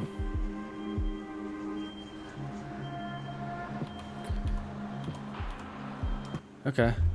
Well, it's definitely got a few little weird quirks about it. But let's do a review of this guy based on my initial thoughts here. All right, starting off, this is for Liftoff Micro. Flight feel feels great. We're gonna go S tier on that for sure. Liftoff's known for their flight simulation. They definitely nailed it on this one for the Micro. So that's easy. Racing, this is wow, this is tough because I couldn't figure out how to start a race on a custom map, and I also couldn't. It was difficult to figure out how to even get the maps, but and then yeah, but I mean, I feel like they'll dial it in. They're a racing focused sim in the end. There is multiplayer. They have ghosts, time trial stuff. They have like flight line stuff. You can rewatch your flight. So it is racing focused and training focused. Community, go S tier for that too. There were some guys on there chilling, very nice and friendly. There's like a chat function, and there's voice chat also, it looks like. And they have a huge following online, so community there. Development, looks like it's put a lot into that for sure. It looks great. I just wish that they would have just totally revamped Liftoff. I know it's probably a huge job, but just revamp the entire sim and release that with this micro pack as like a new, whatever, $20 sim or whatever. Yeah. Freestyle. I mean, it was pretty. The freestyle environments looked pretty cool, honestly, for like a tiny boot freestyling. Like, yeah, it was great. Drone variety. Drone variety was awesome. Lots of it's all micros though, so I don't know if I can technically put it in the S tier, but in terms of like micro varieties, it was pretty good. They had the hover whoop in there. So yeah, I think we'll go A tier for that. Training was pretty good, honestly. It was cool, well thought out. So I like that. They have the training programs. There's definitely some better sim trainings that we came across in this review, but yeah, let me come back to that. Let's see. I'm trying to remember some of the other trainings we did. Well, they put a lot into it, so I think it's good. It just could use a little tweaking here and there. And then cost, yeah, for $15. I would have liked to see this been like I get it because they totally rebuilt the sim from the ground up, it looks like. So yeah, for $15 just for micros. I guess if you're a micro pilot, it's good value for you. But if you kind of want to have all the different drone categories like in one sim, you're gonna be paying like $41, I think it was, for Liftoff and then Liftoff Micro, whereas Velocidrone would be like, I think it comes out to like 30 if you want the micro pack and the main sim. So we'll go B on the cost. All right, so where are we gonna put this? It's so new that I think in time it'll definitely get better. There's some like little weird things, like the start race should be like a very clear button it's on the screen, like start race. That wasn't there, and I couldn't find it looking around the menus. The downloading like custom tracks and then racing on those was like super confusing. I couldn't figure it out. You used to like create a race in the track editor. It's like, I just want to be able to download a track from the database, have that pop up in my sim, select it and fly. Like I don't have to like go in there and like edit the gates. I don't know. It was just confusing for me.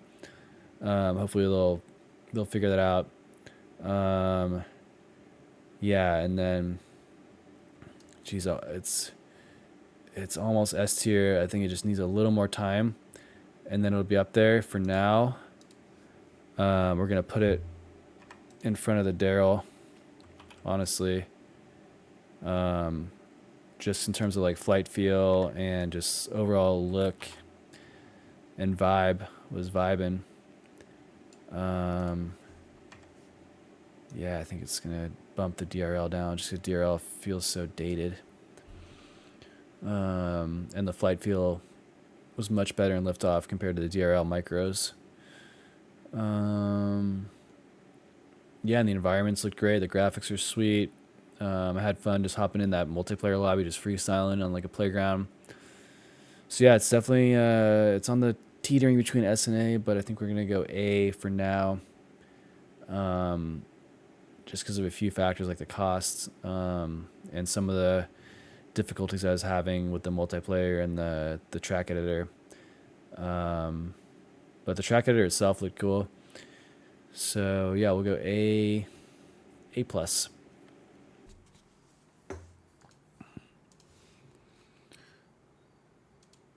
All right. Well, I just wanted to take a quick look at their website because I see they have a tournaments page. Looks like so they have the FAI. So they have kind of a partnership with FAI. Let's see if this is accurate. If this works, see results. Okay.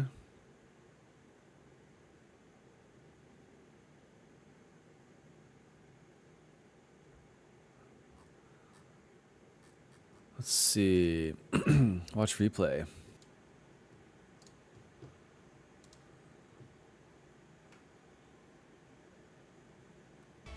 All right.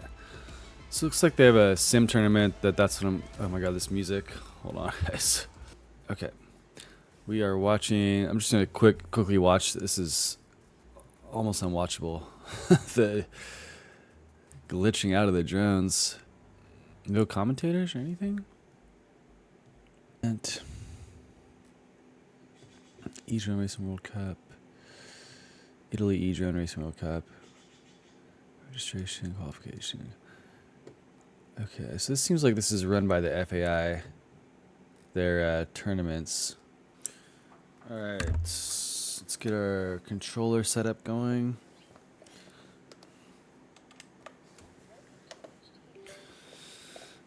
Select your controller. Got it.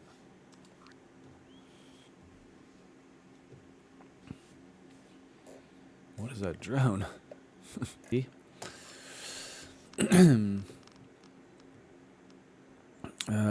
see. Tutorials. Taking off. Let's take a look at their training. Looks like we only have 5 drones to choose from. We got a micro. This weird thing. Astro.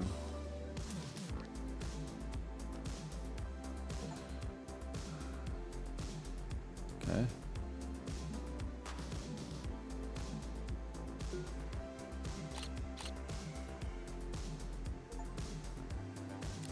New personal best lap time.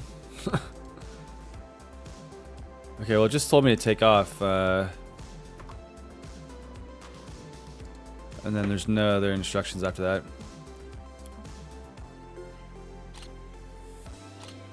Where am I supposed to go? Okay. Okay. I see like a green. I see a green. Oh, I'm supposed to do that box, huh? Oh, that's super annoying. Because my camera angle's too high, I can't really just take straight up. I need to hit that checkbox. Oh my god. Jesus. Tiniest little checkbox for like a beginner training tutorial. This is the worst tutorial. What does this take us to? Tournaments.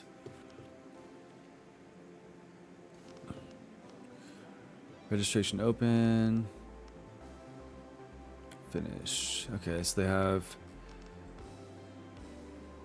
So yeah, these are all FAI events. So that's the only tournaments I see on there. All right, let's see what we got here. So I don't know too much about the sim besides the FAI connection. So we got 3 game modes: race, freestyle, challenge.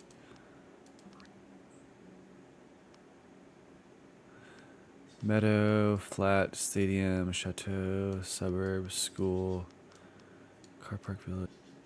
Community maps in here, and they have community environments. That's super weird. Usually you want to see like an environment, and then within that you can choose like a map, like a map. All right, let's check out the chateau. They have the spawn points like TYRP. Let's throw on the freestyle drone.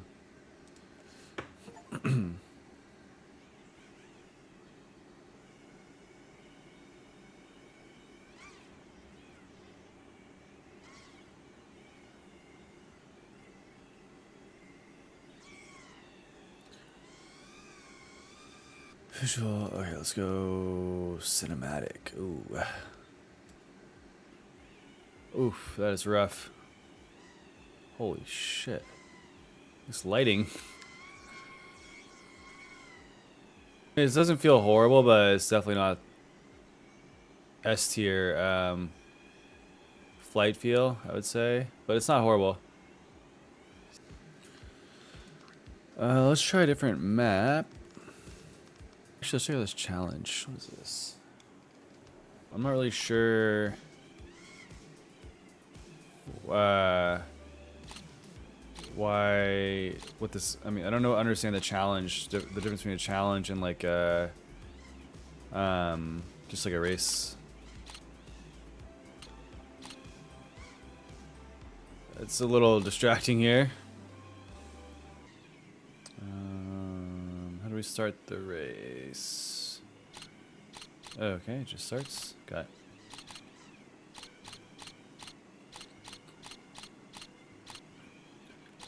Like a simulator, like a perfect simulator in terms of like the drone flying. Graphics are okay. I mean, this flight line is quite distracting. I'll probably turn it off actually. Let's see. I do want to check out the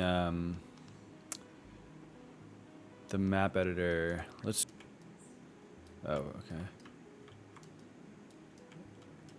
Okay. Let's see how we rotate this guy. Does this have a checkpoint in it though? I don't know. A lot of these inflatable gates are invisible, so you need like a trigger.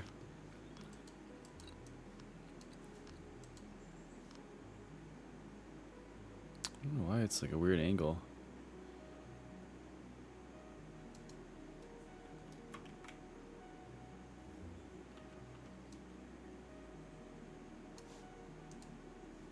Let's see. I don't know. The viewing angle of this is super weird. Like the tool changes as you change your view. It's like gets like rotated.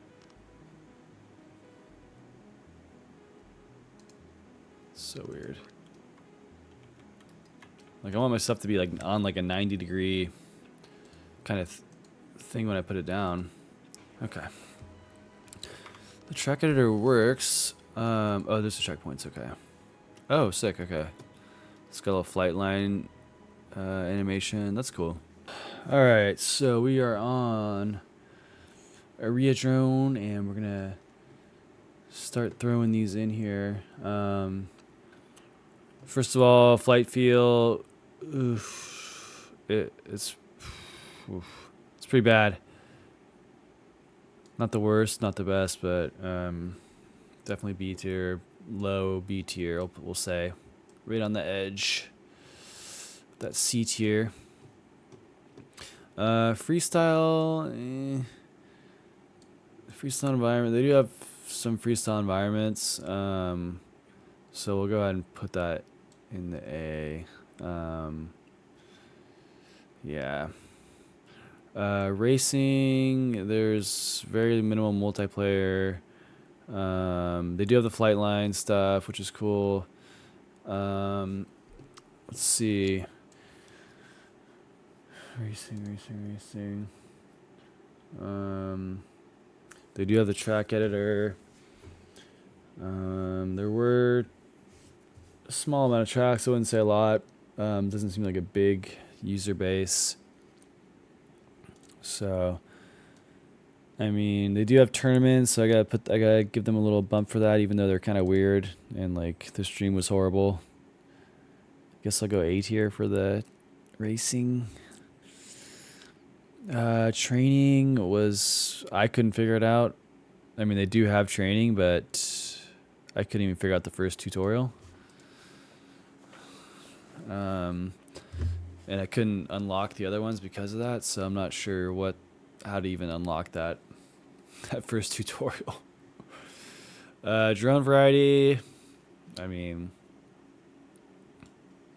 they had 5 drones to choose from, so not the best. They had that weird Ereadrone, a whoop size drone, like 2 freestyle drones or 2 racing drones and a freestyle. So C tier.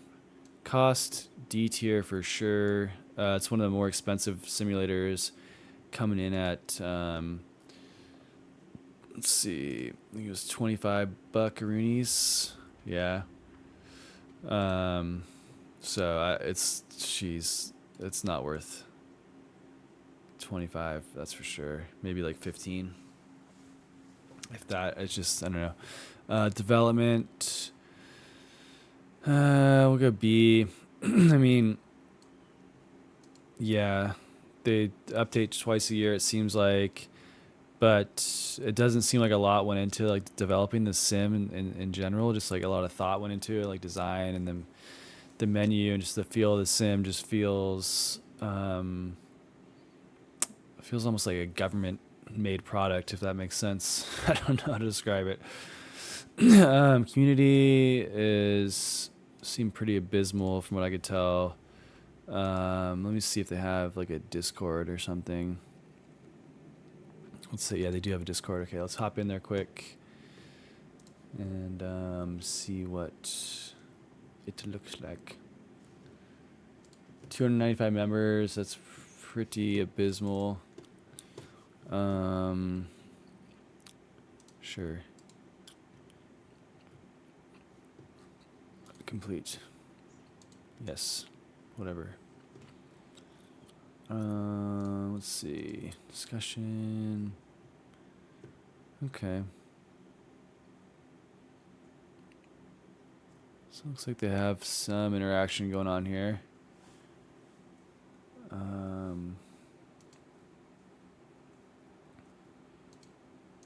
Map editor. Okay, that's pretty dated. Okay. They got one event. Okay, the FAI Italy Drone Racing World Cup. So let's look at, there's some activity. It's just not a big user base on the sim, so I'll give them that they're trying. So I'll give them a B tier on that.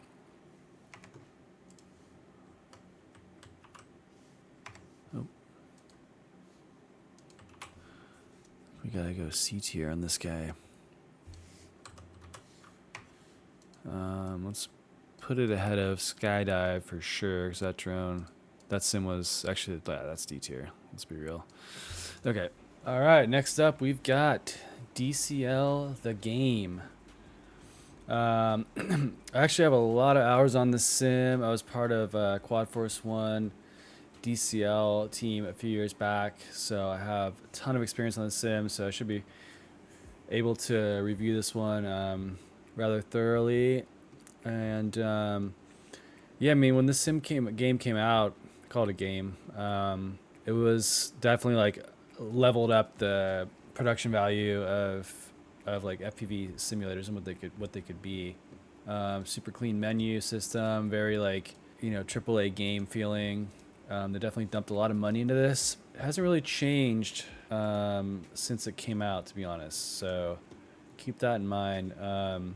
We're on the home screen right now. Let's see what this does. This pops up their YouTube channel with their sim racing. I gotta be honest, like it's kind of hard to follow the way they do it now, they just show like these single matchups, and it's like a 10-minute recap. It's a really weird like race recap video. There's no like storylines really. It's just, I wish they would get back to, you know, the full length teams versus team racing series. I wish they would get back to real life racing, but you know, it's just not engaging to me, I guess I would say. So yeah, I mean, their website's awesome. You know, it's really well done. They got this Eagle Cup, 12 matches, 7 elite teams, 1 epic tournament, play entirely in DCL The Game. So unfortunately, like not anyone can join this. You have to be a part of a team and go through the draft. So yeah, they're really promoting the league, which is cool. I like that. I just wish it was a different format, I guess I'd say. Yeah, so let's go ahead and hop into some customization. I'll show you guys the quad options they have here. Really, they only have one drone, really, and just different skins you can throw on it. You can purchase new skins with in-game currency, which is kind of cool. And it looks like there's some new ones. Yeah, there's some kind of new ones. And then you can unlock other ones through multiplayer events, which is cool. Then you have your custom trails, which you can buy. So all this stuff's pretty fun. Like I have these guys, which are cool. So, you know, I like that aspect of it for sure. I got badges and stuff. Then you have your profile, your pilot world rank, and a pilot rank score. I'm not sure why I'm not ranked, but it's kind of cool. You have your social media links here and stuff.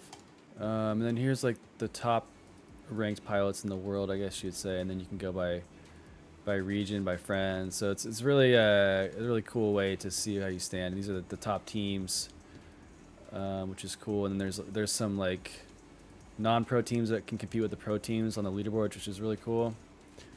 So yeah, let's make sure our controls are good. So there's no like setup that pops up per se like some other sims have, but it's pretty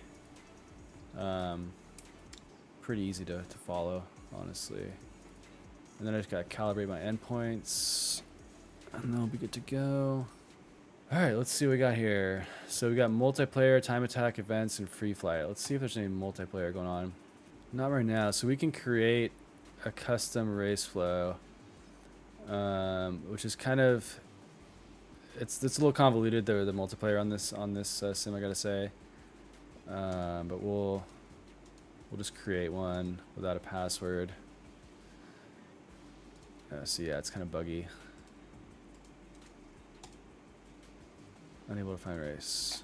Time attack. Or let's check out the events actually. Let's see what we got here. DCL training. So this is cool. You basically go through all these. What is this? 8 tracks, and then you get an overall rank, which is really cool. So one thing about DCL's game is that it's very addicting in the sense that there's a lot of time attack, time trials, where there's a global leaderboard and there's a lot of cool events that you can like compete against other pilots on, which I really got into, and it's really addicting, honestly. So we can visit Adnec Arena. This is the Dubai stuff. So if we'll set a time, and another thing you can do is select ghosts, so you can select who you want to race against. You can go by your country, region, friends. You can go like fastest times in the world, and we can race these guys. There's also a spectate function too, where you can spectate. That's cool. They got a little picture and stuff. You can like spectate his race. So this is a pretty cool feature. So we can go through and watch various different POVs. So we'll go FPV right now on Valprim, one of the top guys in the world on the sim. You can slow it down to all the way down to 0. Actually, you can pause it. But look at this. You can see how much pre-turn these guys are doing on the sim. It's insane. A lot of momentum flying on this sim. So let's see, just gnarly flight lines on this sim. But yeah, so this feature is really useful. I definitely use this a lot when I was competing to try to figure out the best flight lines and kind of what the top guys are doing. These cork barrel rolls are insane. Can't touch that. I do love how you can go into the setup mode in while you're flying here. You're gonna notice some prop wash on this sim as well. They did a really good job mimicking the flight characteristics of the DCL drone, which is a quite a dated drone actually. It's from like 2018, I want to say, is when the model is from. Its flight line's kind of hard to follow. So yeah, it's, you know, like I said, it hasn't been updated in a while. There is like updated content in terms of like the tournaments and stuff, and like the time trial stuff that I showed you, but the drone hasn't changed, and that's just because it's really, DCL is no longer a real life racing league, unfortunately. The live racing in DCL was like some of my favorite drone racing events ever to watch. It was so cool. And they did a great job with their sim tournaments as well. I just don't like the new way that they're kind of putting the media out. It's just kind of not exciting for me. Maybe you guys will like it. Definitely worth checking out. Some really good pilots.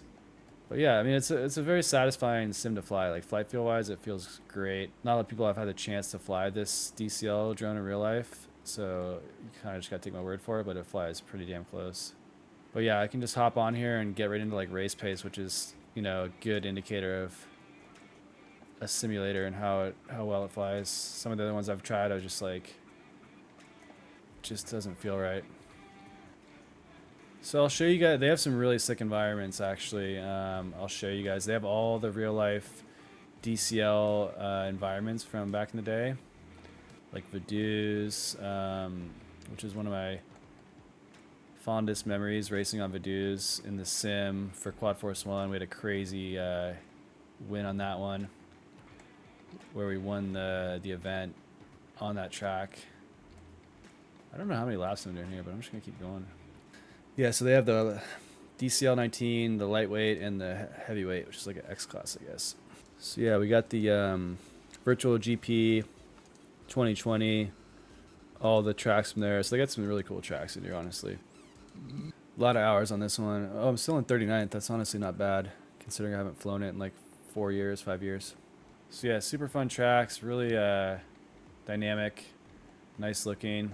They got the finish gate, which is cool. Test tracks, the community tracks. There is kind of a track builder, but it's a very difficult to use. You have to go into like I think it's like Unreal Engine and like build it in there and then like upload it. Giant scaled up room for like okay, this is pretty sick actually. This is a cool environment. Yeah, so I'm guessing whoever made this, I think it's Shane, kind of, you can find all these objects in the track builder. So this is cool. Yeah, I love this. This is awesome. This is my kind of track here. Let's try a lightweight drone on the multi GP track here. All right. I mean, honestly, this is feeling pretty good. On the 5-inch, I like it. All right. I mean, honestly, this is feeling pretty good. On the 5-inch, I like it. I actually haven't flown. I had never flown the 5-inch on this sim because I didn't really have a need to. But it's pretty good. It's fun. The scaling on this feels a bit large for a multi-GP track. But yeah, it's really easy to follow this flight line most of the time. Sometimes it's kind of hard. Oh boy.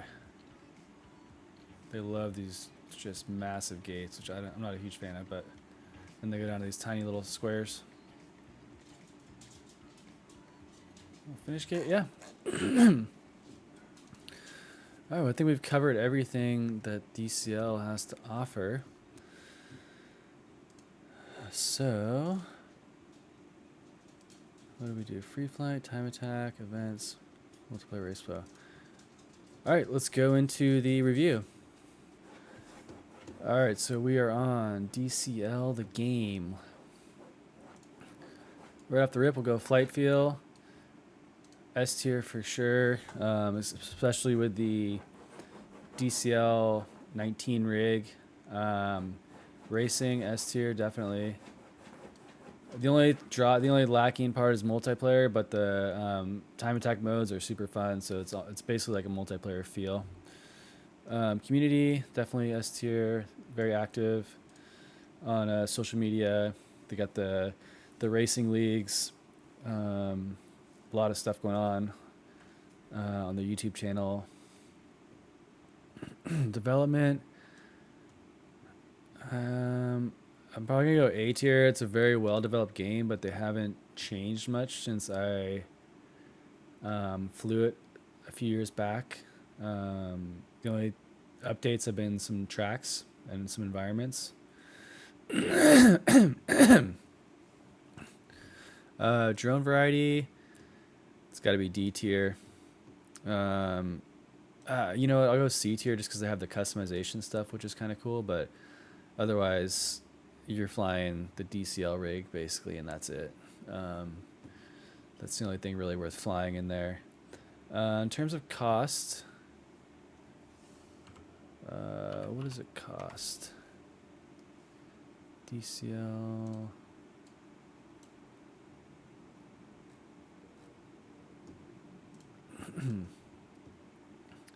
All right, in terms of cost, we're looking at $30.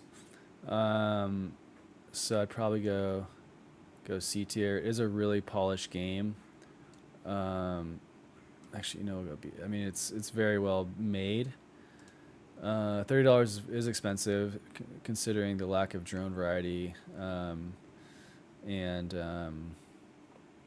no kind of track builder per se. Not really a freestyle sim at all. Maybe C. Yeah, we'll go B. We'll go B. It's fun. Training wise, there is no training, so we gotta go D tier. And then freestyle, I'll go C just because there are some really fun environments that you can rip around in, but there is no freestyle drone in the sim in the game. Yeah, so we'll go with this. Okay, now let's pull up the ranking sheet. All right, so we've got DCL The Game. Where is it gonna land? It's definitely better than Liftoff. Or sorry, DRL and Liftoff micro drones. This one's tough. I mean, based on the previous sheet, you would think it'd be somewhere in the B tier. Maybe, I guess, A tier. Yeah, I think we gotta go A tier. Definitely worth checking out. It is fun. But yeah, I can't put it up in the S tier because all these other sims above it have so many more features. But from a pure racing perspective, DCL is awesome. From like just a leaderboard grind, time trial aspect, definitely S tier, top S tier for racing. Not multiplayer, but just like the racing aspect of it. Super fun tracks. Yeah, I think we'll go A tier, top of the A tier, almost S tier. Definitely worth checking out. All right, next up on our list is Velocidrone. So Velocidrone is the one sim on our list that was not available on Steam. So if you want to purchase it, you're gonna have to go to velocidrone.com, pop over to the shop, and then grab a Velocidrone license. You'll get a install, and then you go from there. So it's a standalone product. And so let's see, £16.99 pounds, $2. So $20. So yeah, the sim alone is gonna be $20. And the freestyle pack is one that includes new sceneries and freestyle quads. That comes in at £5. So what is that, like $8, I believe. And then combat is another. Combat's almost honestly like it's kind of its own product. I can show you guys a little bit about that. I think it's super fun. It's a great way to learn how to fly, and it's super fun when you get a lot of people playing. So we can get into that a little bit, but that's gonna be about $10. Micro class quads are a $4 add-on. Mega class, $4, which is X class size drones, like 13-inch propellers that are kind of no one really flies anymore. This came out a while ago. They're still fun to fly, but not as relevant. And then the Champion series as well.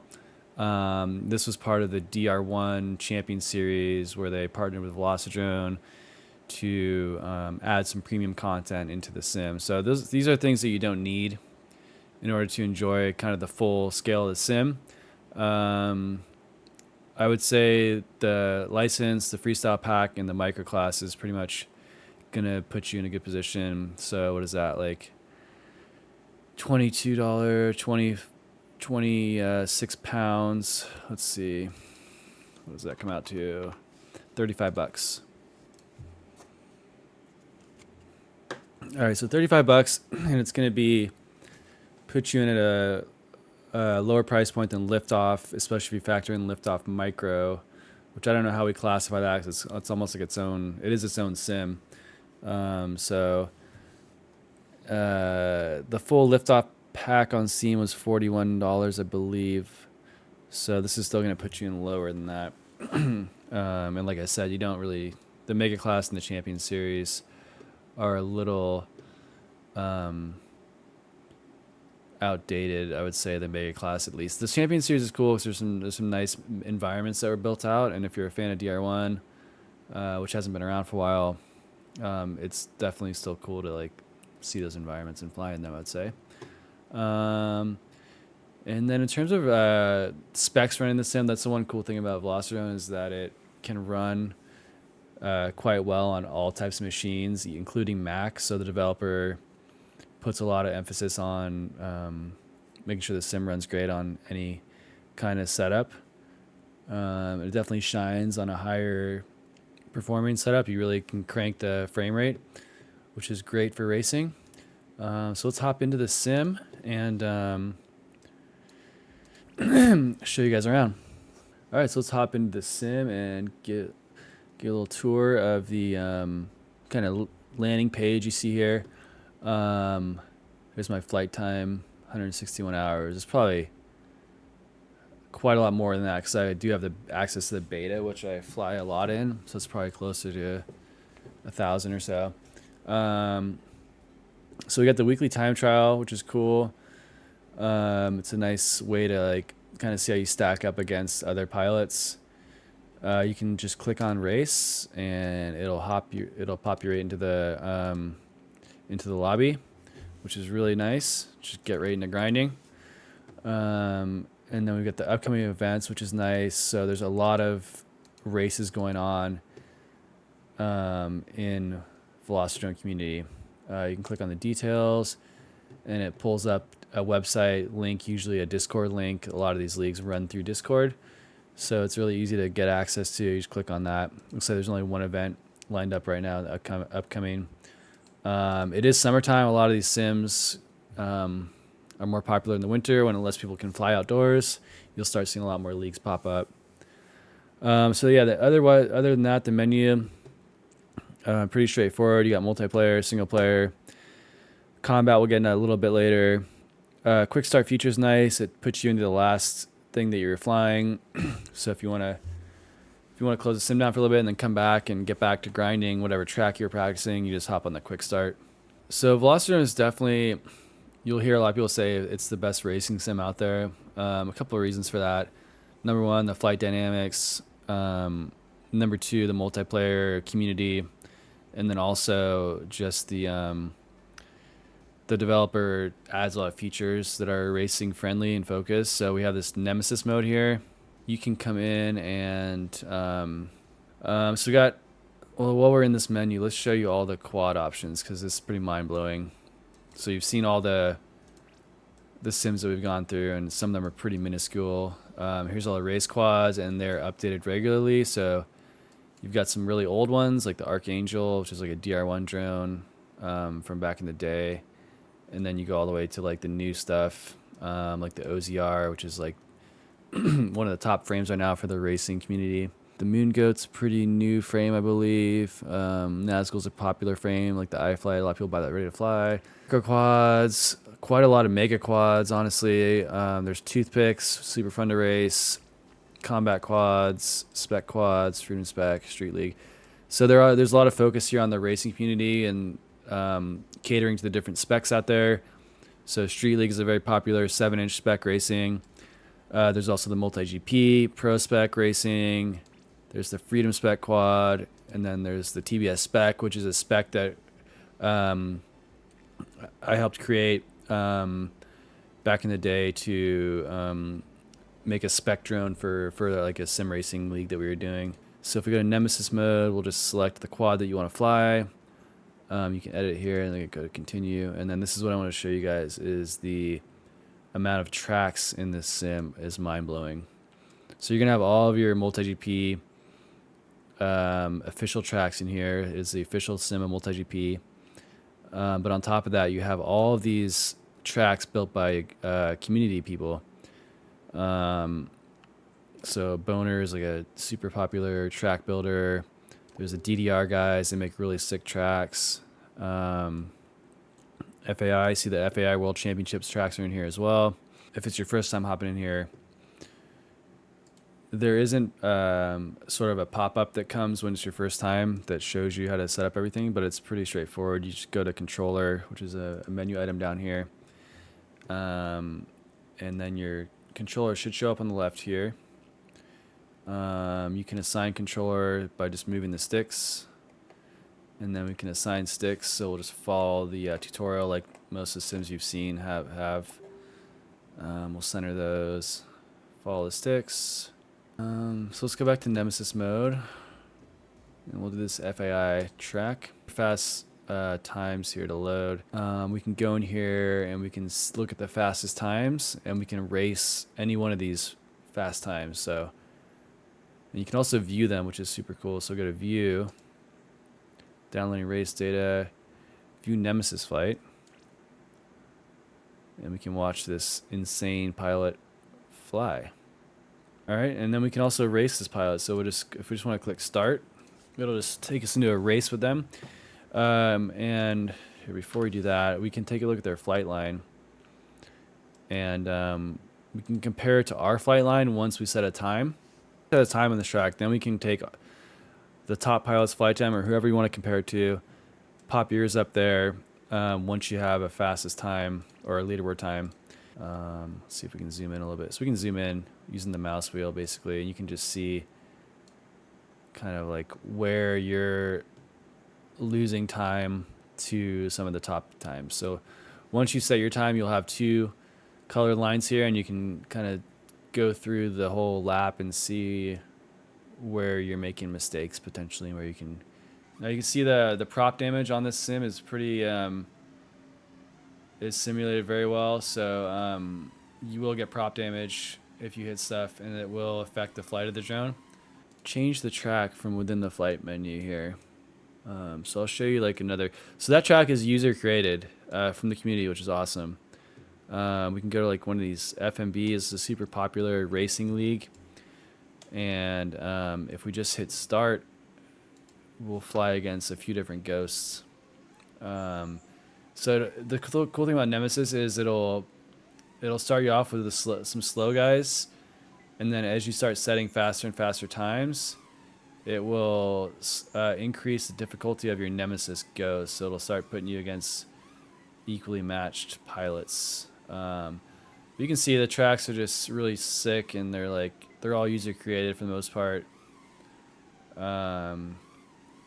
except for the Champions League has some tracks. But yeah, the whole basically map content base of the sim is all user created, which is awesome. And there's some really talented track designers in here. A lot of them designed for multi-GP official events. So yeah, I mean, you can just tell that this track looks very well thought out. So the crashing, a lot of the other sims we tried, you crash and you have to like hit a button to reset. This one will just reset you after a quick little split second. So we'll set a time here. The multiplayer on Velocidrone is definitely the most active, I would say. You can kind of go from region to region to see where people are playing. If you can't find anyone in your region, that's just the ping's going to be a little weird. All right, so now we'll go into the multiplayer.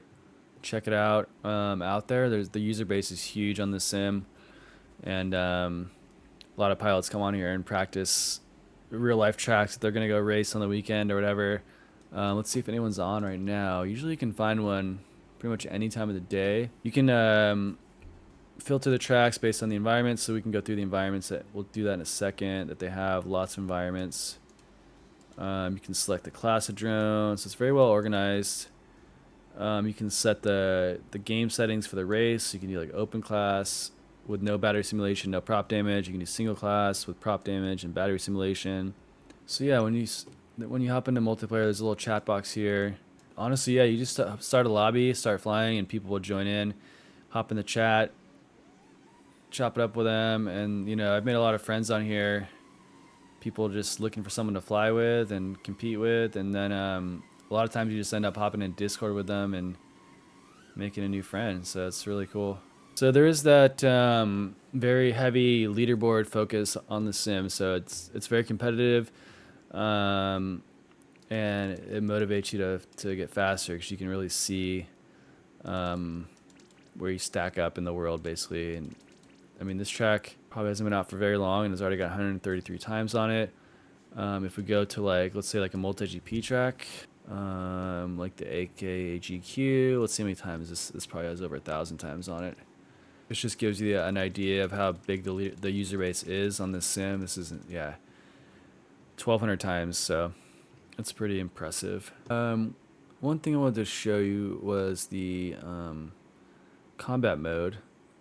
So there's in the menu, combat practice. Basically what this does, it's like a kind of fighter pilot game mode, and you can either use your spacebar to shoot, which you'd want to do is put the spacebar on the ground basically and use your foot to shoot, and then you're basically going to try to shoot out these aircraft, but I can't really do it when I'm trying to fly here. But yeah, I have a foot pedal that I use. Try to get it with it. But yeah, you can also set it up a switch on your controller. But it's just a good way. It's a fun way to learn how to fly.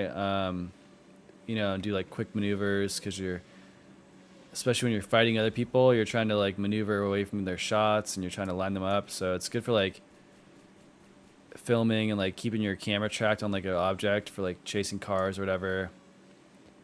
So it's just something different that no other sim has. Let's see. One thing we need to cover still is the tutorials and the track manager, and see how that stacks up. So the tutorials, there's not like a tutorial necessarily built into the sim, like where you're doing an action in the sim and there's like guides that way, but are very in-depth videos on how to use the track editor, which is really handy. So a lot of these sims, you just kind of get thrown into the fire. Flight training, a lot of like freestyle training stuff, racing, navigating flag slaloms. So it'll pop open basically a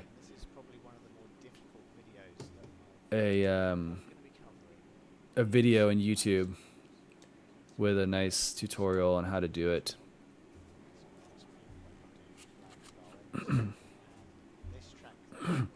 So this is the developer, Ash, and he's a good pilot. He knows how to fly, so definitely adds a little credibility to the sim development. But yeah, you can go through. I mean, this is 13 minutes long and it's very in depth. So you can go through all of these tutorials basically, and learn how to fly that way, or at least learn how to get started that way. Controller setup. Yeah, so let's go into the track editor. I mean, everything you need to know about the track editor is in here, and I also have some videos on how to use the track editor. But it's very nice. You can upload your tracks in here, and everything is in the sim. So I can go to download a track of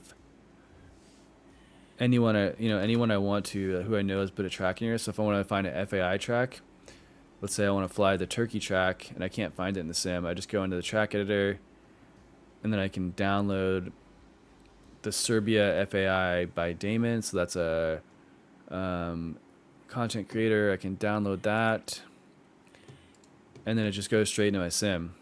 So then I can go fly. I don't have to go to the Steam workshop or whatever. I just go in here, and then I can type FAI in the track, and it should show up in my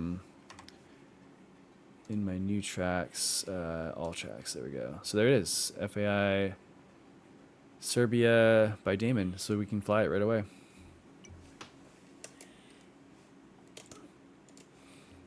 So start the race, and you're going. So yeah, if you're watching like an event and you're like, oh man, I want to fly that track, chances are it is in Velocidrone. So I'm flying the Pro Spec right now, so it's a pretty slow little drone. Island is one of like the new ones. So you can just hop into a freestyle track, basically is what it's called. And there won't be any gates on here, so you just basically just start cruising around. This is definitely one of the heavier scenes, so it might not run perfectly on like a slower machine.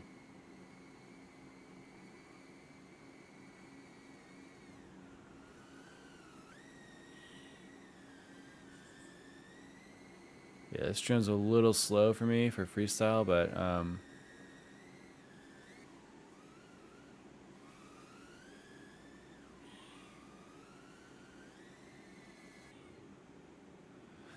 right, what else? Yeah, so I think we covered everything. Oh, besides the track editor, so you can create a new track.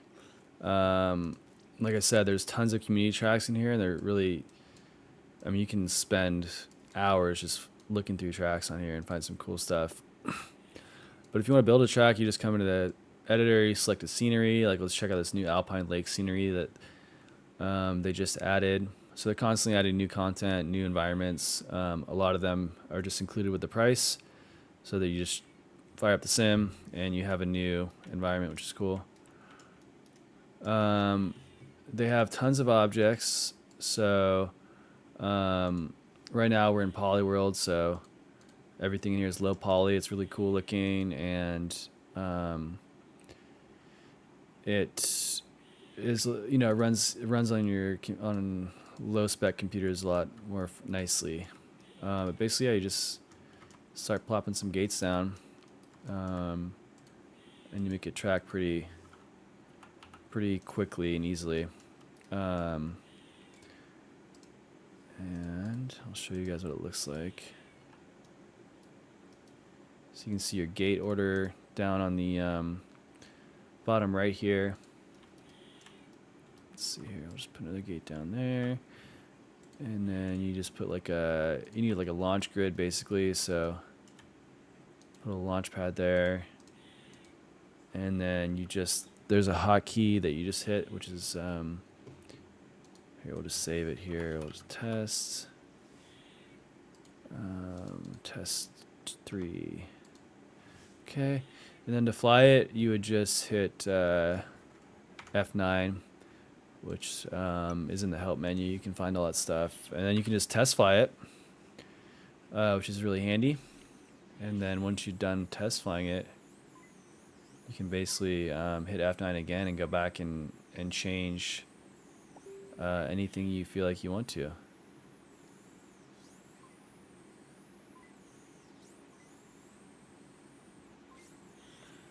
And you just feel like, oh, I need to move that gate out a little bit. Just go back into the editor, and you can move stuff around. So it's definitely the best track editor that I've used.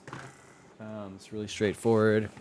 Tons of objects. You can build crazy stuff here. Like I'll show you one of these insane environments that Boner's made. Let's see.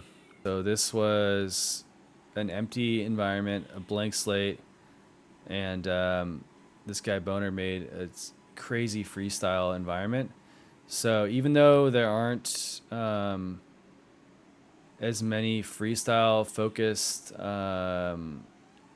environments that come stock with a sim, there are a ton of freestyle tracks that you can just download in the track editor. They're really easy to find and super fun. Lots of gaps and stuff. So yeah, Boner's one of those guys that, like, look at this stuff. This is all using the track editor, believe it or not. So you got like this crazy thing he built with like a bunch of objects. But I'm flying a really slow quad right now, so it's a little hard.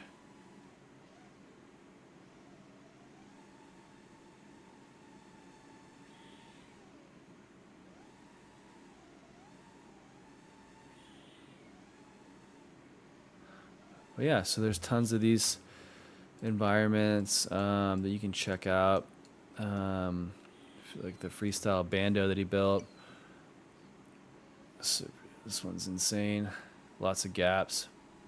And it's basically like a freestyle like training ground with all kinds of cool stuff. So you can just come in here with your buddies and just start a multiplayer lobby and hop in Discord and just like, you know, play a game of horse or whatever. It's super fun.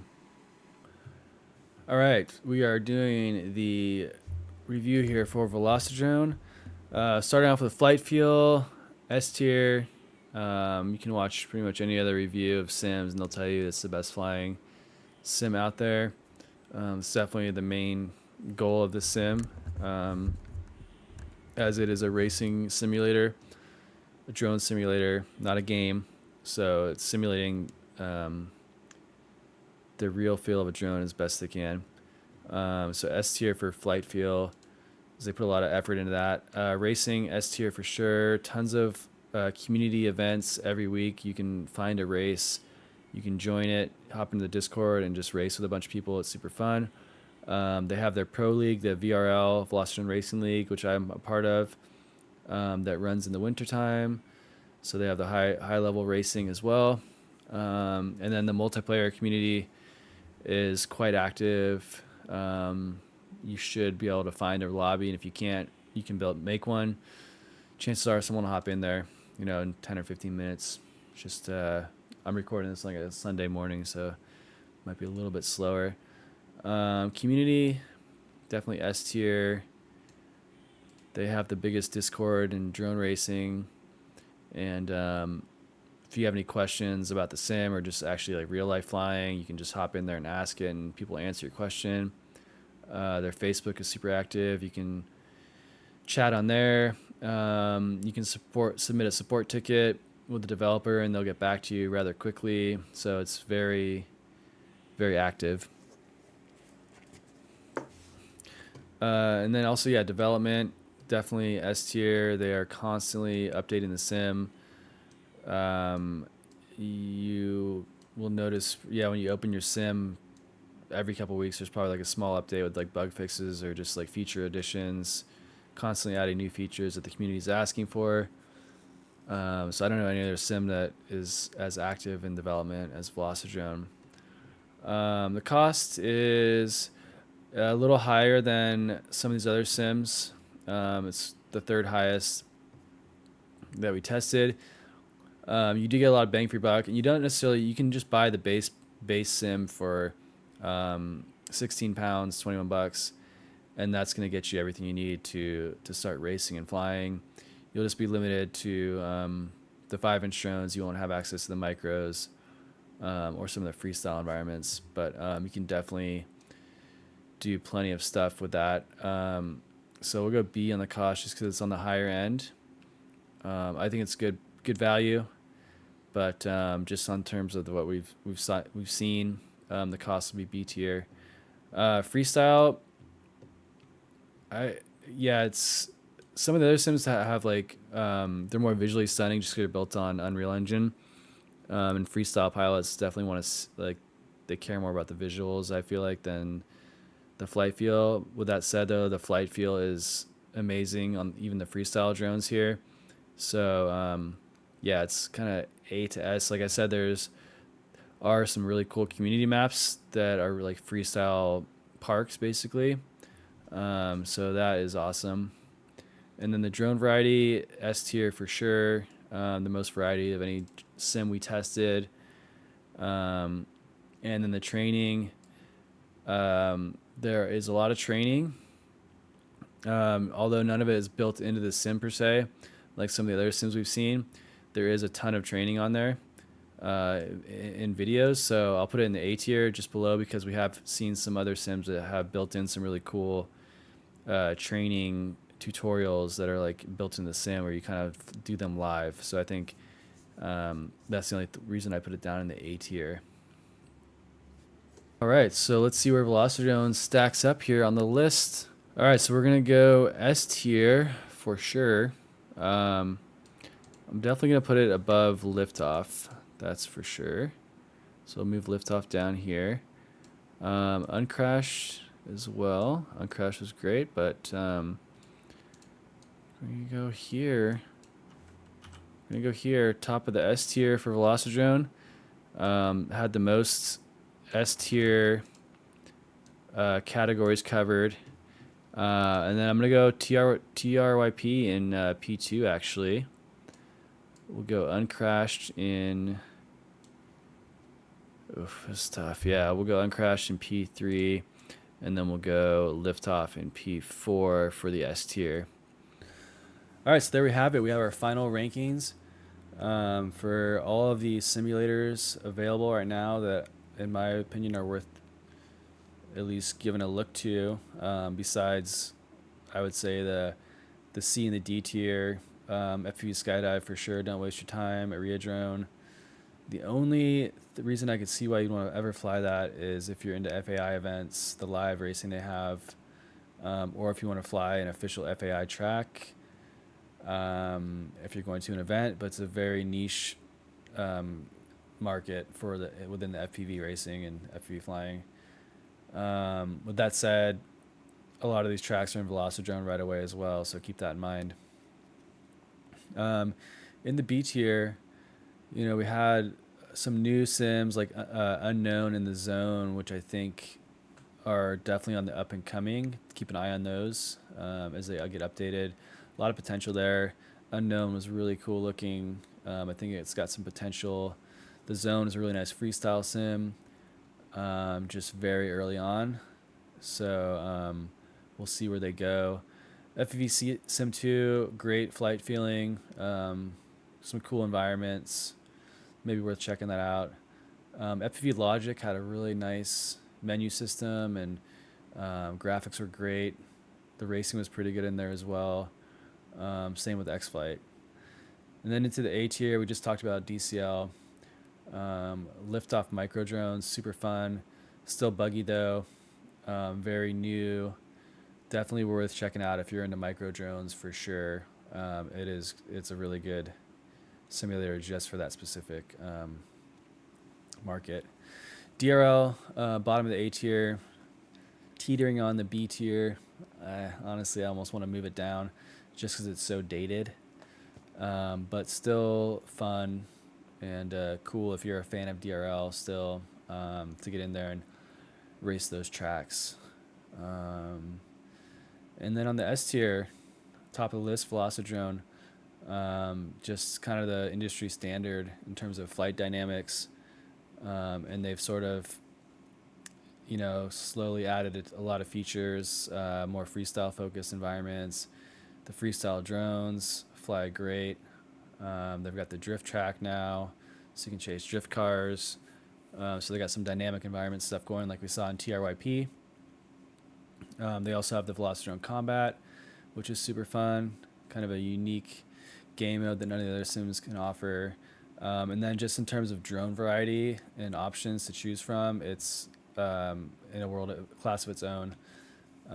Pretty much every like popular racing frame that's out in the market, you can fly in Velocidrone, and it's modeled exactly to that drone. TRYP, a newcomer, Been out for a little while. A lot of potential with that sim. If you're a freestyle pilot, definitely grab that sim. I would recommend that over Uncrashed, actually. The racing, it's got some potential, still needs to be fleshed out a little bit. And then Uncrashed in third, definitely one of the more popular sims, kind of the first one that we saw built on the Unreal Engine with the really sick environments. But just in terms of like flight feel and features, TRYP edged it out slightly. And then Liftoff, one of the classics, first simulator that I flew on, still holding on strong, still keeping it fresh with updates. Bottom of the S tier just because it does feel a little dated, just in terms of like the menu and just the function of the sim. I really hate the track editor community tracks where you have to go into Steam and subscribe to tracks to get those to fly them. Velocidrone has it all just in the sim, which I guess is an advantage to not being on Steam. And part of the reason why they're not on Steam. So yeah, Velocidrone is the only sim not available on Steam, so you have to go to their website to buy the sim. But yeah, that's my overall ratings. Tried to be as honest as I could, but also keep in mind, that a lot of these sims are built by small teams working hard. So try to be respectful, but I also want to give an honest opinion. And if they watch this, maybe they can take some of my feedback, hopefully, and make their sims better. Because the more sims we have, the more people we have flying, the better it is for all of us in drone racing and FPV. Thanks for watching.